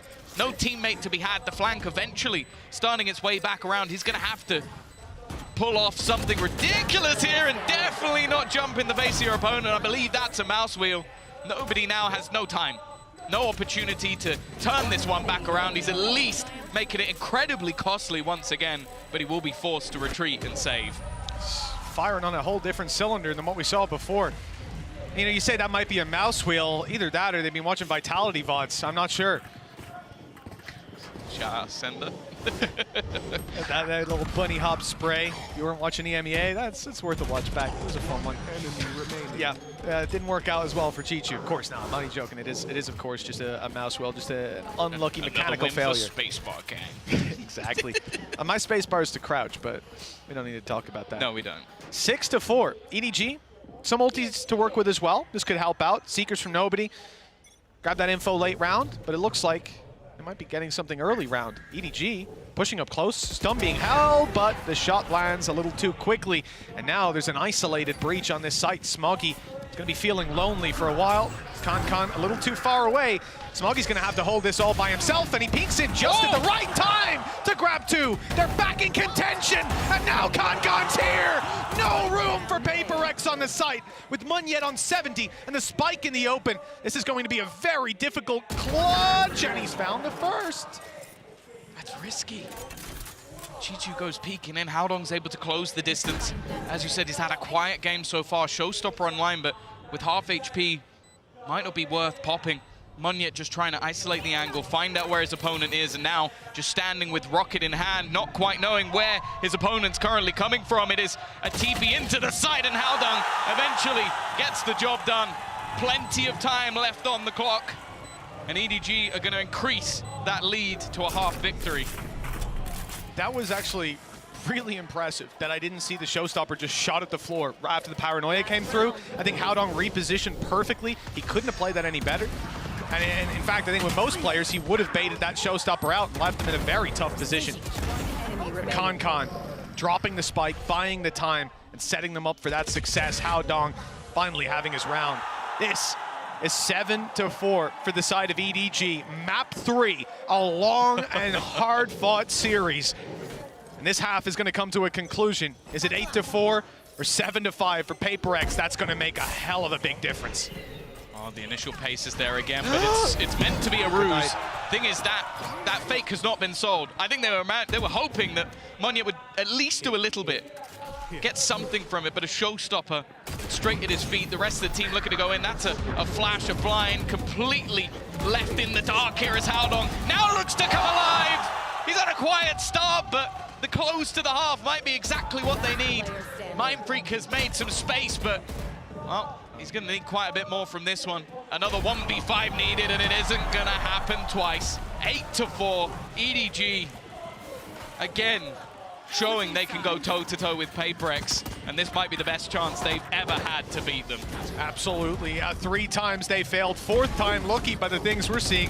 You got to remember, Tom, you opened this up by talking about how we started on the better half for both of these teams, and EDG have certainly come out on top, double the rounds of their opponent, and they've already shown us they've got what it takes. The momentum is high on their side, and the hope's even higher for EDG to finally best PaperX on the international stage. Let's toss it over to the desk to get their thoughts. Only a few rounds away for EDG, but for PaperX, they're a team that you simply just can't count out quite yet. That being said, though, EDG really looking to just close this one here with a decisive finish, Kukuka. Finally, after 4 times, this might be the time that EDG is going to close it. And the way that they're doing it, it has us very surprised. Can coming alive there in this last map. But actually, it's the protocols and how well studied they have the map and the effect that PaperX composition is going to have onto it, right, Brand? Yeah, they've had some amazing answers, I think, for these big A hits, which is the bread and butter of PaperX when they're running this comp and this map. Their attack side is what's looked always better, but like I said, it's the protocols. EDG here, taking their time, making sure they hold on to ramp control. Nobody being a difference maker here in this particular instance for the bonus round conversion. And then multiple rounds after this as well, always having the right ideas in mind to either play the full retake, like this, the flash peek coming in, just making sure that they fight for that heaven control, while the plan's still going down, so they're making sure they hold on to that crucial positioning. And even later than that as well, playing for the flood defense or playing for the hard anchoring positions. They always had the right answer for what was being thrown at them. And it just shows to me clear preparation, I think. They understand what the weaknesses of this comp were. It was one of my concerns, I think, for PaperX. I was constantly talking about how weak their map pool could potentially be, and Split was the one that I was putting a focus on it on, because you can't just replace the Yoru with a Sky and expect it to work to fruition. You're going to have weaknesses, in particular, trying to fight in instances like this and really just... Yeah, I think EDG, you can tell from this, they've done their homework. Yeah, exactly, and you need to think about PaperX. Now they're going onto their defense half, and we need to think that they're coming to this event, the ones with the worst retake percentage. They're not going to be able to do the same as EDG did in this half. Yeah, and that is going to be quite scary for PaperX. Can they find that next gear? They're going to need to, or else this match is done and dusted. Let's send it back over to Mitch and Tom.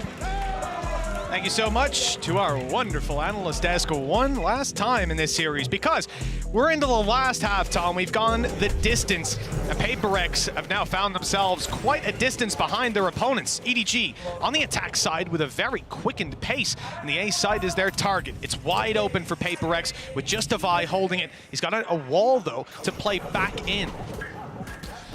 Well, PaperX, for the most part, they've been good in their pistols. Didn't go great in the last half, but we'll see if they can get this one over the line. Already losing the control of the site, and nobody is not going to allow any shenanigans from the TP of Forsaken. Now, they do have a quick flank. They're ready to sort of surround their opponents, but with something already going down, I believe that was through the smoke. That is not the start PRX were looking for. Nice fake by Forsaken as well. He put his TP down, faked it out, and nobody's gone looking for him. Well, much to his surprise, the player was still there. Oh, no! The martyrdom comes into effect in EDG now. Stand with a very good chance. Low HP on a few players, though, on both of them. In fact, the Mindfreak capitalizes. The first is his, and 20 HP left on Smoggy. A big play with the Frenzy is not going to happen. PaperX have found the pistol, and this is a lifeline for the defense of PaperX. Yeah. We got him very quickly, but something I wanted to mention is you look at the last couple of times the PaperX have played this map with this comp, they had 8-4 attack sides. So for the majority, they were really putting up numbers in that first half. We had high expectations for it, and as it was mentioned by us and the desk, It seemed like EDG weathered the storm, came prepared. And also, you've just seen the individuals shining. Khan 22-10, nobody 16-5. They've been on form. And some of the players on the other side have been a bit quiet. Something 5-12. On that Jet, that's a rarity. That's something you never really see from him. Now, he's got a chance to farm up some orbs here. Has himself that Outlaw. Of course, no shields on the other side, so should be a good chance for an immediate kill. Playing very aggressively around the orb. I don't know if he will have realized how far nobody has. Luckily, he has support. I'm also looking at Chichu. Yeah, he has managed to sneak his way a little further than you'd expect. The downside of not playing with a dedicated Sentinel is that your back can sometimes be a little more open. And looks like Chichu is going to be cosplaying Haodong with a nice easy kill and a recovered weapon that makes everybody a one-hit. This, oh no. He just wants to get rid of it. Yeah, of course. Don't let them have it in the next. It's costly, but what a shame. He could have one-hit every single player, Tom. Oh, and they're going to get it anyway. A little bit unlucky, like both players close enough. But for PaperreX, that's kind of what you needed. Get yourself some of the weaponry through to the next round. Is Forsaken really going to go for an operator? This would definitely sort of pad the gap a little bit. Split op and outlaw, Tom? Hey, I'm not saying it's... No, I don't know. Split, genuinely. op, outlaw, Bucky, Spectre, Bulldog. You know, Round win incoming. Sometimes you just, you can't use your own logic because it ain't the same as theirs. Paranoia, nade, and play through Munyet up close with a Bucky. Okay, this is great value for this weapon. A massively strong angle to play around and one they're not likely to pop a close sky flash on all too often. The op not finding its mark. But neither did the Outlaw. To B. Look, A is very much open now, so is middle. Yeah, they've lost something in a very audacious position. I imagine that was with the dash online. Forsaken is now in a good spot, but he's lost his life as well. This man just isn't missing at the moment. The main character of this matchup had a rough start to the series, but has come alive at the perfect time. Dominating, taking over, even with the heals to support him here. Devi under pressure, and he's gonna go down to the same man as well. What hope is there? A save is called as Munyet has retrieved the operator. He would very much like to have that expensive weapon in the next round, having invested so much. You see Forsaken's credits, 350, and even that shot from Munyet, it's not as valuable as you think. It's a kill and a dent in the economy that is decently low for EDG. It helps to manage their money. The problem is they know where the op is now. Sure, it might not be back on B site, but they've cast a wide net, and as this round comes to a close, they'll look to close that net and catch him. It looks like they've done just about enough, and yeah, indeed. Oh, never mind! Munyet's got it! He's out! He's out! He was out! But he stayed around for another kill. I guess they might have caught him as he moved through spawn anyways, so it's not that he was guaranteed a free run. But that op is lost. Yeah, and that is going to put a dent. It's going to be Forsaken who takes it. They're going to just give him a stinger. Obviously, when you're playing that Yoru, you can take some risks, play some aggressive angles. But it's definitely not ideal, especially when he has been one of the major players in this game so far for PaperreX when they've had success. Munyet, showstopper online. Kanka, no surprise, his is one away. They're already going to just try and play with some of the sound cues. It doesn't seem like there's any real interest from PaperreX with those early initial sounds made. They've gone and taken the orb anyway. There was a player close, but he's TP'd out. I think they might even have heard that sound. There's no one on the A side. Yeah, it's wide open. They're just playing into middle. I guess, again, with some slight vulnerabilities for the side of PaperreX, they're just willing to completely give that up. And with how the lurks have been, that's somewhat surprising, but it looks like they might actually get this spot on. He comes in. Chichu's under pressure. You might think, but you would think wrong. That, I'd love to see Coach Alex's Kanda as that one comes in. Weapons picked up, they hear them backing off, the paranoia is there. And the flash out from Forsaken, he's not going to give it up. This is the right play. He wants to pull the advantage back into their hands. With the spike down, he sticks around after turning. Another huge round. He might not be alone. but he doesn't need backup. Not when he's playing like this. Mindfreak closes the round, and well, it was very close to being 2 aces for Forsaken. This man is single-handedly keeping the team in it. Yeah, there have been multiple rounds now that, well, ironically have looked Forsaken, and somehow he is just managing to pull off play after play. He's been on this roster for a long time with many heroes arising. We saw the rise of Jing, Something, Munyet joining the team, and somehow this guy always still looks like the superstar. And what you can see for the other side, they've got to try and almost center themselves because it's just ridiculous. Bear in mind, he picked that rifle up off the corpse of a teammate midway through that battle. He only had a stinger to start the round. And because of him picking up that rifle, his teammate died because they heard the sound cue and they swung it. Now, though, there's a little bit of a different approach from the side of EDG. Just shoot him in the head with Sheriffs, and it's worked out perfectly. 9-7, double digits on the line, and they have so much control. The ult is going to be used, finding out Chichu. Good flash, but no kill. 4 HP left, but it's enough. He's made it, well, oh! I thought he made it out. They pulled him right back in. Mindfreak, 1 versus 5. And if you thought this was the round we were going to look at when barriers went up, go get your head examined. They've still got no weaponry. No, they've picked 1 rifle. They haven't managed to get any of the guns. It was just such an absurd round. And the thing is, that is Chichu now realizing how much space he can take. He walked straight into that A site. But I don't even think he broke stride the entirety of the round because of how paperrex have been playing. And because of that, it ends up being their downfall. EDG consistently spotting the openings of their opponents.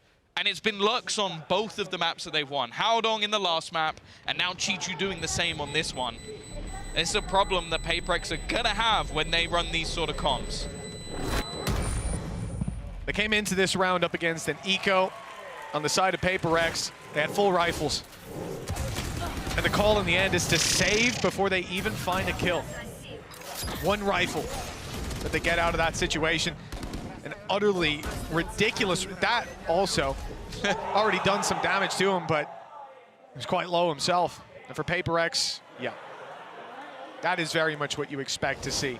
Disappointment and anger. As EDG have stolen this out from under paperrex's nose. 3 rounds in the lead, and they need 3. To send paperrex 0-1. You could have a paperrex versus Loud game, and, well, Munyet doesn't want that. No. It's the opening they've been looking for. Both teams have had mass success with weaker weaponry. And Chichu does have a Viper Spit. If they can get him into position, it could be problematic. Something, he's been spotted, but just runs away with the information. You can still see the Tiger being thrown out over on the A site. Information being garnered by EDG, and again, that walk up, but this time there are players there. Even the TP available onto site for Forsaken if he needs to go back and support. Instead, it's this fight, and again, Something has been having a rough time in individual battles, which is not something I thought I'd say today. Well, even starting out the day, the first 2 maps, Concon had a pretty tough time in individual battles, but there's no signs remaining of that anymore. Lots of players from EDG ready to run into a site. That's going to be the Rolling Thunder that's point of contact close. Already is Forsaken, and he's caught 1, but he won't get out of there. The spray's too good. Quick rotate by Mindfreak, straight into a stun. He's kept back for a moment, and that wall is buying space and time, but as they cross it, they're lower. Easier to take down, and Mindfreak catches all 3. paperrex aren't giving this up just yet. The gap is down to 2. Yeah, somehow. Somehow the gap is within touching distance for paperrex with how things have gone. A solid start with the showstopper. I also like how we see Forsaken just delay that pop flash aggressive spot. It kept his teammate alive on the site. That surely would have been him going down with the Rolling Thunder. And that also bought time for Mindfreak to be able to TP to the other side of the map. So impact even without the numbers. Still though, economy on the brink. An aggressive push that has had very little success so far. Oh, Something's even going to give it up. You can see the respect being given to the side of EDG. Not by Forsaken, that's for sure. He's just swinging out looking for long-range battles. It's a decoy going through, and Chi-Chi's realized, oh, he was screens a second ago. I don't think he's up in heaven. The rotates are coming through, and they'll fight for heaven by the looks of things. And I like this wall on A. Oh, no. Oh, it looks like I'm incorrect. There's going to instead be a bit of a poke by Concon up towards B first, and that is keeping players in position. Mindfreak's pushed up, 3 players towards B, and it's the fight on Concon that could decide it for Forsaken. If he loses control there, the panic, and they stay on B, but instead, the rotates are underway. And the A side is now definitely the target. The info is there, but Devi is so desperately low, he won't be able to hold on. And as they rush into the site, Concon realizes he might have a timing, but Forsaken realized that too. Viper's Pit, though, is definitely going to make things more interesting. Every player within it, at least for the moment. Heals available as well. Nobody won't be able to help himself, but he can help everybody else. Utility-wise, not a whole lot to play with, and that's not the start they were looking for. Every member falling. Forsaken again is going to have to ace it for them to take this round, and Haldong is ready and waiting as he looks to wrap back around. 11-8, lead extended once more. And now the problems really are there. Look at the economy for the side of PaperX. Yeah, this is crushing. If it was EDG, I'd be expecting us to see 11-10 on the board, but the thing is, it's not. PaperX have struggled on some of the lower buys. EDG have been so disciplined. Is the main thing. They did win one, and it was off Forsaken's double entry with a Sheriff. So, but that's the thing. I do feel like right now, even though like Mindfreak is up there, I feel like I'm just looking at him every round. I'm like, okay, can he give them something to play with? Because otherwise, I just don't see a way that through. And Mindfreak's already dead. Yeah, that's going to be tough. Smoke's down. No paranoia. Although it's often used off early contact, Forsaken is going down to take a close range fight. No util. His TP is to B, and he's out. It was just a quick recon jump. I like that for info, but the info, unfortunately, is that the stack on B is incorrect. The A side's under threat, and they're going to be very late to the party. He's got no flashes to play with, so it just has to be off raw skill, and this time, too many targets. Not going to be able to get anything, and just look how far the remaining players are. It might even be a scenario of just going down to the spike. The only thing against that is for something probably wanting to get that Blade Storm online. Devi as well. You know, he's about to get the Viper's Pit into play. Could be huge for that defensive side to cut down an angle, especially like A main where they've been so quickly bypassed again and again. You can see he's going up to try and get something. He'll get an orb one way or another. And it looks like it's the other. Yeah, shot in the head. Something going up for the same. And it's just a formality at this point. Smoggy's picking them all up. And wall goes down, and here's the push. No kills for something. Blade Storm, Viper's Pit have been acquired by PaperX, but the cost they paid is that EDG now have 4 chances to put them 0-1, put them up against possibly an FPX, the loser of the next series, or Loud. Yeah, it's not great options. Even the loser of the next series seems like a rough one. You can say that again. Hometown Heroes or the America's #1. I don't think it's a good look either way. It is brutal with 2 losses sending you out. And that's the thing, even if you win that first one, there's still a decider match. You're still gonna have to play one of those upper bracket teams. For now though, a little bit of extra pace thrown in from EDG. A chance they've never had before, a chance to close out a series versus PaperX with 3 losses. I've heard 3 is the magic number. They're looking at 4. But there's a lot of ults online for their opponents right now. That is where PaperX have done their best work. And especially thinking about this A site setup, if they play retake, Viper's Pit can get online using that wall to block a lot of the angles on the way back through, even towards elbow. And it is somewhat of a retake. Fight for heaven for sure. PaperX want to keep control over that spot, as EDG will be pushing into it. Now, these are big players. Magnet's had a good game, but Forsaken, he rated his team at a 6 out of 10 right now. But he's been 10 out of 10 all damn day long. This map, thriving.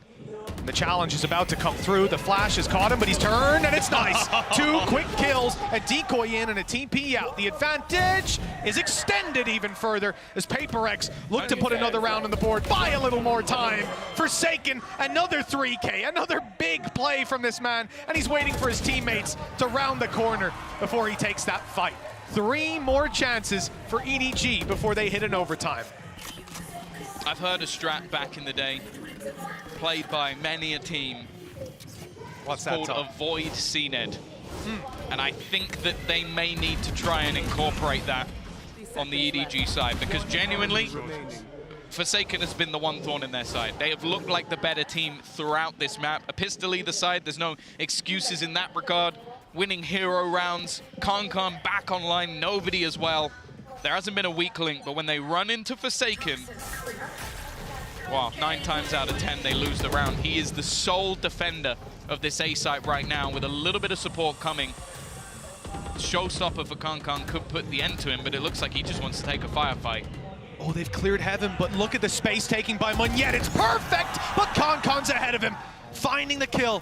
Forsaken flash to work with, TP towards screens. He's going to try to get the kill. No, in fact, he's not. The flash is just used as he falls further back, and now here comes the big ol' rocket. Forsaken's dodged it nicely. Spray good for something. The rolling thunder going up towards heaven. It's not caught the players, and the site is under threat. Something maneuvers around and jumps into Kankan. Eventually, he'll fall with Forsaken on another and low HP on Smoggy. The spike on the A site, and a very tough one for them to retrieve. They don't know where that second player is, but they found him.